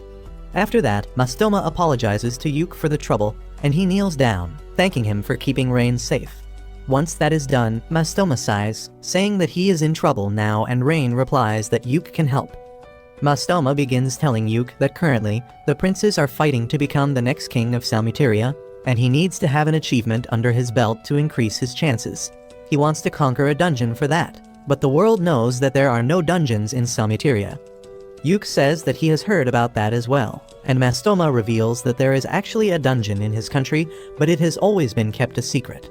Yuk panics on hearing such a big secret of another country, but Mastoma tells him that he wants to conquer that dungeon. He adds that there are no true adventurers in his country, and Yuk realizes that he wanted Rain mainly to do adventuring for him. Mastoma tells him that he believes that there is a legendary treasure called the Staff of Kingship in the dungeon. and if he can get it, he will definitely become the king. He explains that currently, the next king of Salmuteria is decided based on achievements, but 12 generations ago, the staff of kingship used to decide it. The staff went missing at the same time when the dungeon was sealed, and Mastoma is sure that it is inside it. He tells Yuke that this was the real reason he wanted Rain and other girls, but Rain tells him that there wouldn't be any trust between them even if he got them on his side. Mastoma is confused by this because he knows that the girls of Clover are quite loyal to Yuke, and Rain replies that it is because they like him. Just then, Mastoma's wife tells him that women in this country have a thing called rights, and he should have listened to him earlier because she told him about this a lot of times. Mastoma stays silent in front of his wife despite all the talk about her being his property, and Yuke just chuckles at this. This irritates Mastoma, and he tells him to laugh while he can because sooner or later, he is going to end up in the same position as him. After that, Yuke and Rain go outside, and they send Neen to the inn to inform everyone about what happened. Yuke and Rain hold hands as they walk home and apologize for worrying the other. Rain tells Yuke that she went to the prince to borrow the Seeker's compass to find his location, but she felt that he couldn't find his way out, so she used her magic to give him a signal. Yuke thanks her for saving his ass back in the dungeon, and then Rain tells him that she made the bet with Prince Mastoma because she was sure that he was alive. She says that since Mastoma agreed to her bet, she believes he is different from other Salmutarians, and she wants to find a way to help him. Yuke says they will do so once they get home, but once they reach home, they find Maniela and others waiting for them. Yuke gets hit by the old hag for making everyone worried, and then the director tells him to rest first and tell him the details of what happened in the dungeon the next morning.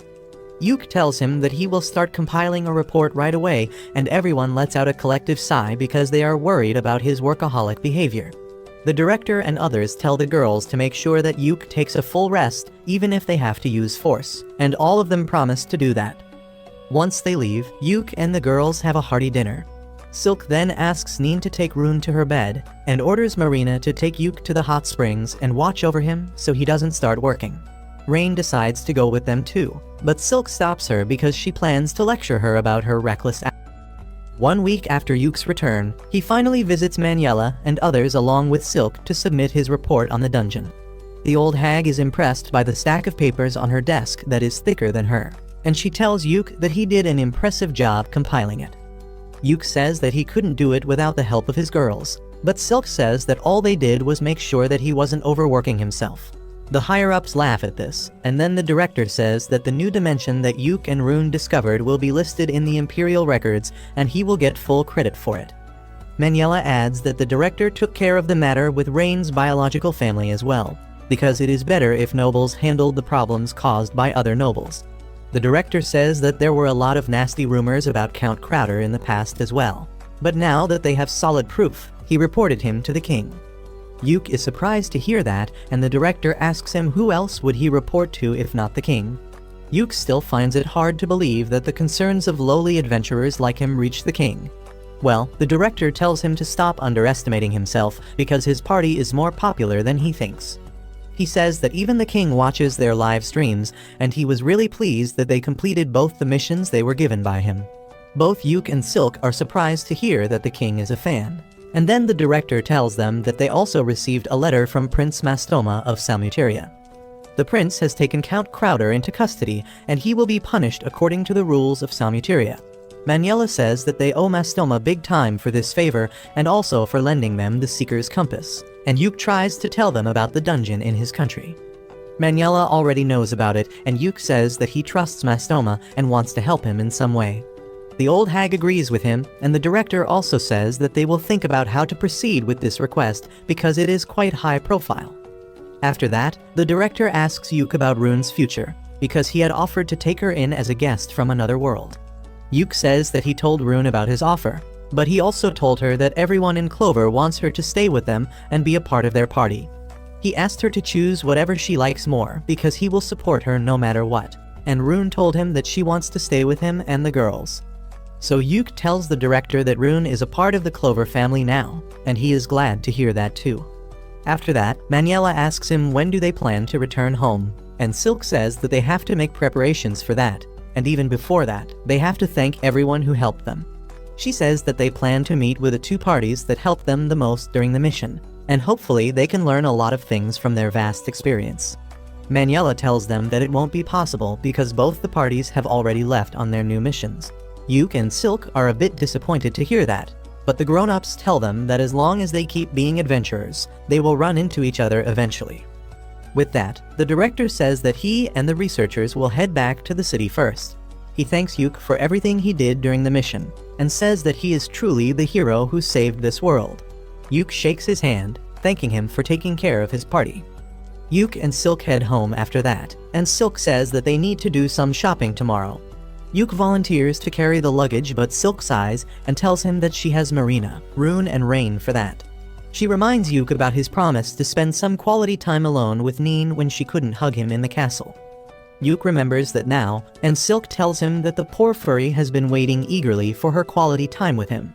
Yuke gets that, but he doesn't know what to do with the time, and Silk tells him that anything is fine as long as she is having fun. That night, Yuke goes to Neen's room and tells her to think about what she wants to do tomorrow. He says that they should have a lot of fun and do everything she wants, and Neen is on the moon after hearing that. The first thing on Neen's list is drinking in daytime, and she says that she is going to make a lot of selfish demands today. Yuke tells her to go on, and Neen says that they should visit the other part of the market where adventure-related items are not sold. Yuke likes the idea because they can see a lot of new items from different places there, and he decides to take Neen shopping. As they walk towards the market, Neen grabs Yuke's arm, and he gets a little shy. They soon reach the market, which is full of all sorts of fashion items like see-through shirts, glowing earrings, and edible lipsticks. Neen grabs Yuke's hand and starts dragging him along, but all she does is stare at the items from outside the store. Yuke tells her that he will buy anything she wants, but she tells him that she is a strong, independent woman who can pay her own bills. Yuke tells her that there is no need to act strong with him, and asks her to let him buy something to thank her. Neen takes his offer, but she still can't make up her mind, so Yuke tells her to be whimsy and selfish at least for today. He says that he will indulge all her demands and asks her to be free, and Neen tells him not to call her a gold digger if he goes bankrupt later. With that, she grabs his hand again and pulls him into the nearest shop, saying that she has time until sunset to make him listen to all her requests. A couple days later, Yuke and his party are ready to leave, and everyone comes to see them off. Yuke thanks Manuela and the elf innkeeper for taking care of them. She tells them to visit her again, and the girls promise that they will come again because of the hot springs. Once they have said their goodbyes, Yuke says it is time for them to go home, and they ride a carriage back to their home city. On the way, Marina teaches Rune how to handle the horses, and everyone has a lot of fun enjoying jolly dinners and watching the beautiful scenery. They finally return to their city after traveling for 2 weeks. All of them are excited to be back home, but they were not expecting their fans to gather on the streets to welcome them. They are equally surprised and happy about this, and after greeting their fans, Yuke decides to visit the guild to report to the guildmaster. He sends the girls ahead as he enters the guild, where the receptionist Mammer welcomes him with a bright smile. Yuke thanks her for helping with Rain's problems, but Mammer shushes him, saying that someone might overhear their conversation, and that can create problems later. However, she gladly accepts his thanks and says that she is looking forward to see how he repays her for it. After that, Yuke goes to the guildmaster's office, but he has already heard everything from Manuela. Yuke asks if he also received a report about Prince Mastoma, and the guildmaster affirms. He says that they have already started the process to help him, but it will take some time. He asks Yuke to be patient about it, and then moves on to his reward for completing the mission. The guildmaster says that he will deposit the amount in Clover Party's account later, because it is too huge of an amount to be given out in cash. He keeps hyping Yuke up, telling him not to faint when he sees the amount when suddenly, Jamie barges into the room. She immediately rushes to Yuke's side and begins checking if he is fine. He asks her to stop, but the guildmaster asks him to let the girl smother him for a bit because she was really worried when she heard that he disappeared in the dungeon. The old man then starts mimicking how Jamie cried that she was going to save Yuke, and she gets embarrassed about that. Yuke thanks Jamie for worrying about him, and she replies that she was only worried that she won't get the medicine for her brother if he died. Well, the guildmaster rats out that tsundere immediately, mimicking her again and revealing how she declared that she will be the one to save Yuke once she can go on adventures again. Jamie lashes at the old guy, but he just laughs because she never told him to keep it a secret. Yuke and Jamie also start laughing, and then she tells him that she managed the Clover House with the real estate agent's help while he was away, and the kitchen is fully stocked right now. Yuke thanks her and then tells her that they will have a party soon to celebrate their successful mission.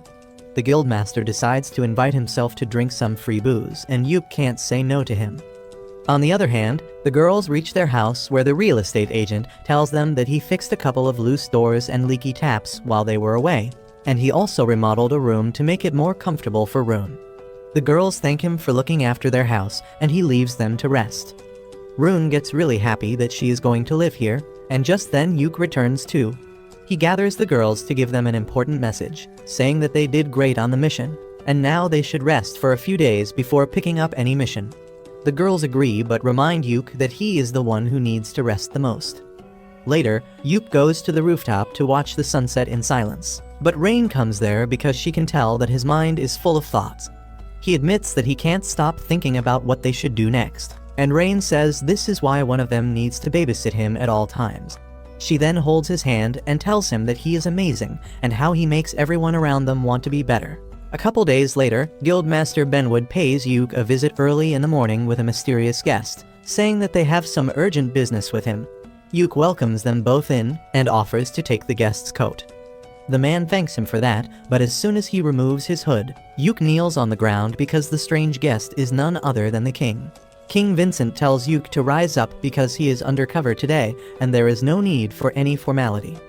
Yuke finds it hard to agree to that order, but Benwood also tells him to loosen up, because the king was like his uncle Saga's little brother, which makes them like family too. Anyway, they sit down to talk and Silk comes with tea for their guests. As soon as she sees the king, she freezes in shock, and Yuke tells her that it is a completely understandable reaction. He goes to help her, and then King Vincent tells Silk that he wants her to be a part of their conversation as well because she is the vice leader of the Clover Party.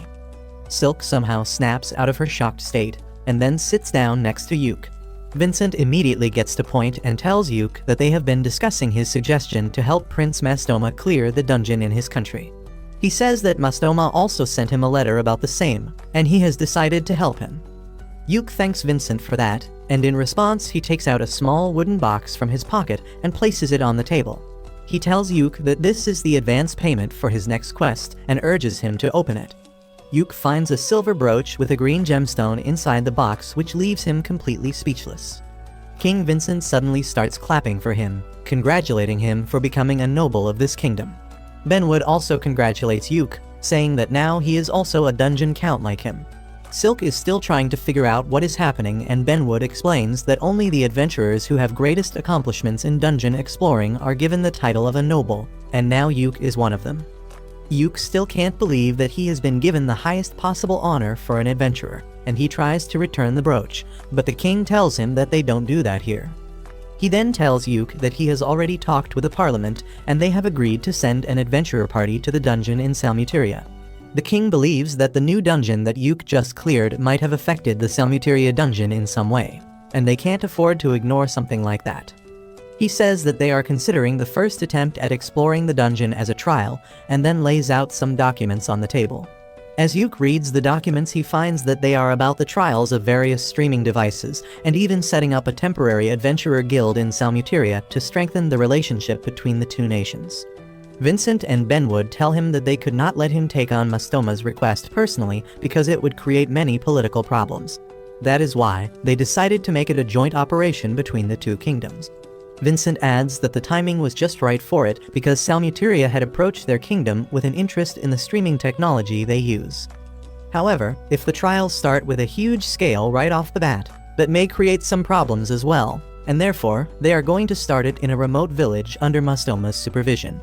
Vincent explains that the trials will be done in an area called the Death Valley, but since there is no established city there, Mastoma is creating one right now on his request. That means Yuke and his party have to wait for at least 6 months before entering Salmuteria. Vincent says that they have already sent the streaming technology and technicians there to set up the groundwork before the adventurers reach there, but he has one last thing for Yuke. He hands him a letter, and just as Yuke opens it, he stands up from his seat because the letter is a direct order from the king himself. Yuke tells Vincent that he will take the mission, but for that, he wants 6 more of the brooches as his advance payment. The king immediately accepts his demands, and then Yuke signs the contract. A few months later, Yuke and his party gather at a port to ride one of the 3 flying airships in the world. While everyone stares at the magic airship like a kid, Silk turns into a conspiracy theorist who says that something this big can never fly. As Yuke tries to calm her down, Benwood and the receptionist arrive there to bid them farewell. Turns out Benwood is also coming with them to explore the dungeon, and Yuke says that the receptionist Mammer would be more helpful with her skill set. However, Benwood tells them that in case a monster stampede occurs, he will be their best bet. Mammer then gives Yuke the advance payment he asked from the king, and the girls curiously come close to see what is it. Yuke distributes the brooches to all of them, reminding Marina that she asked him to make something matching for all of them, and the king was nice enough to send them some matching jewelry.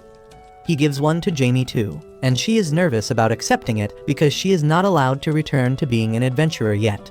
As Benwood hears this, he gives her a letter from the king himself that states that Jamie has been pardoned for her crimes and she can resume adventuring right away.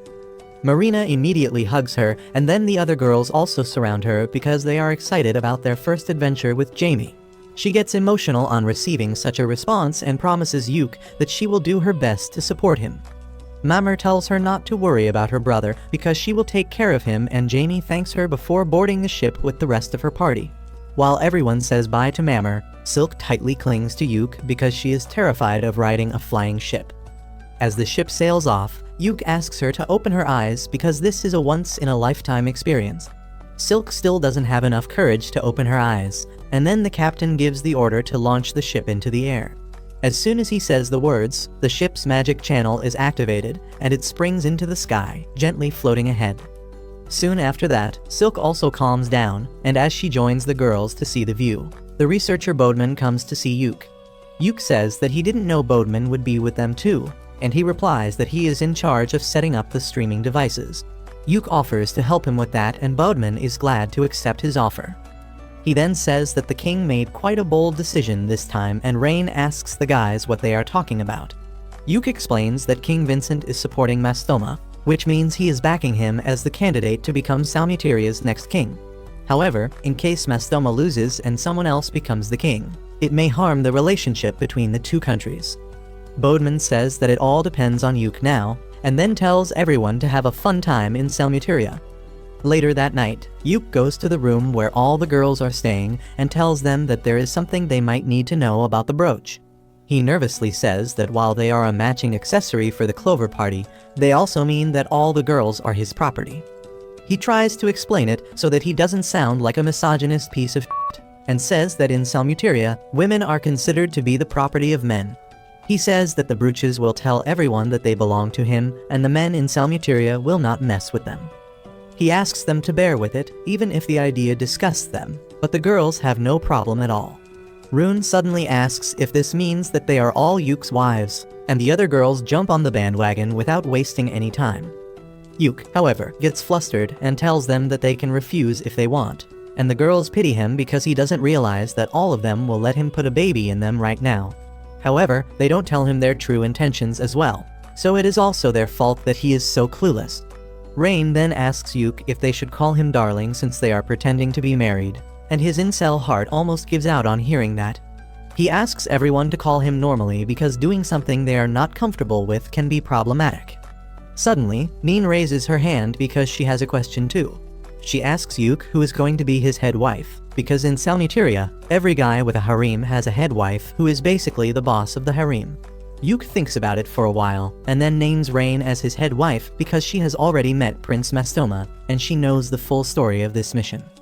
Everyone else also agrees to the suggestion, and then Yuke decides to leave for his room.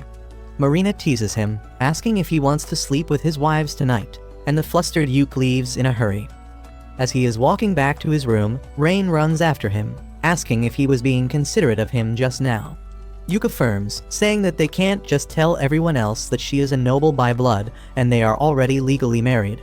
Rain understands his point, but she tells him that their bond is a special one, and he doesn't need to force himself to do anything he doesn't want. He pats her head, saying that he wanted to do it for her, and Rain hugs him, telling him that he can be more unguarded around her. A few days later, their ship finally reaches Salmuteria, and as Yuke watches over the landscape with Benwood and Bodeman, They say that they will probably camp at the landing site for tonight. Benwood says that even though Prince Mastoma promised to send someone to escort them to the city, they will probably not travel during the night, and Bodeman hopes that is true.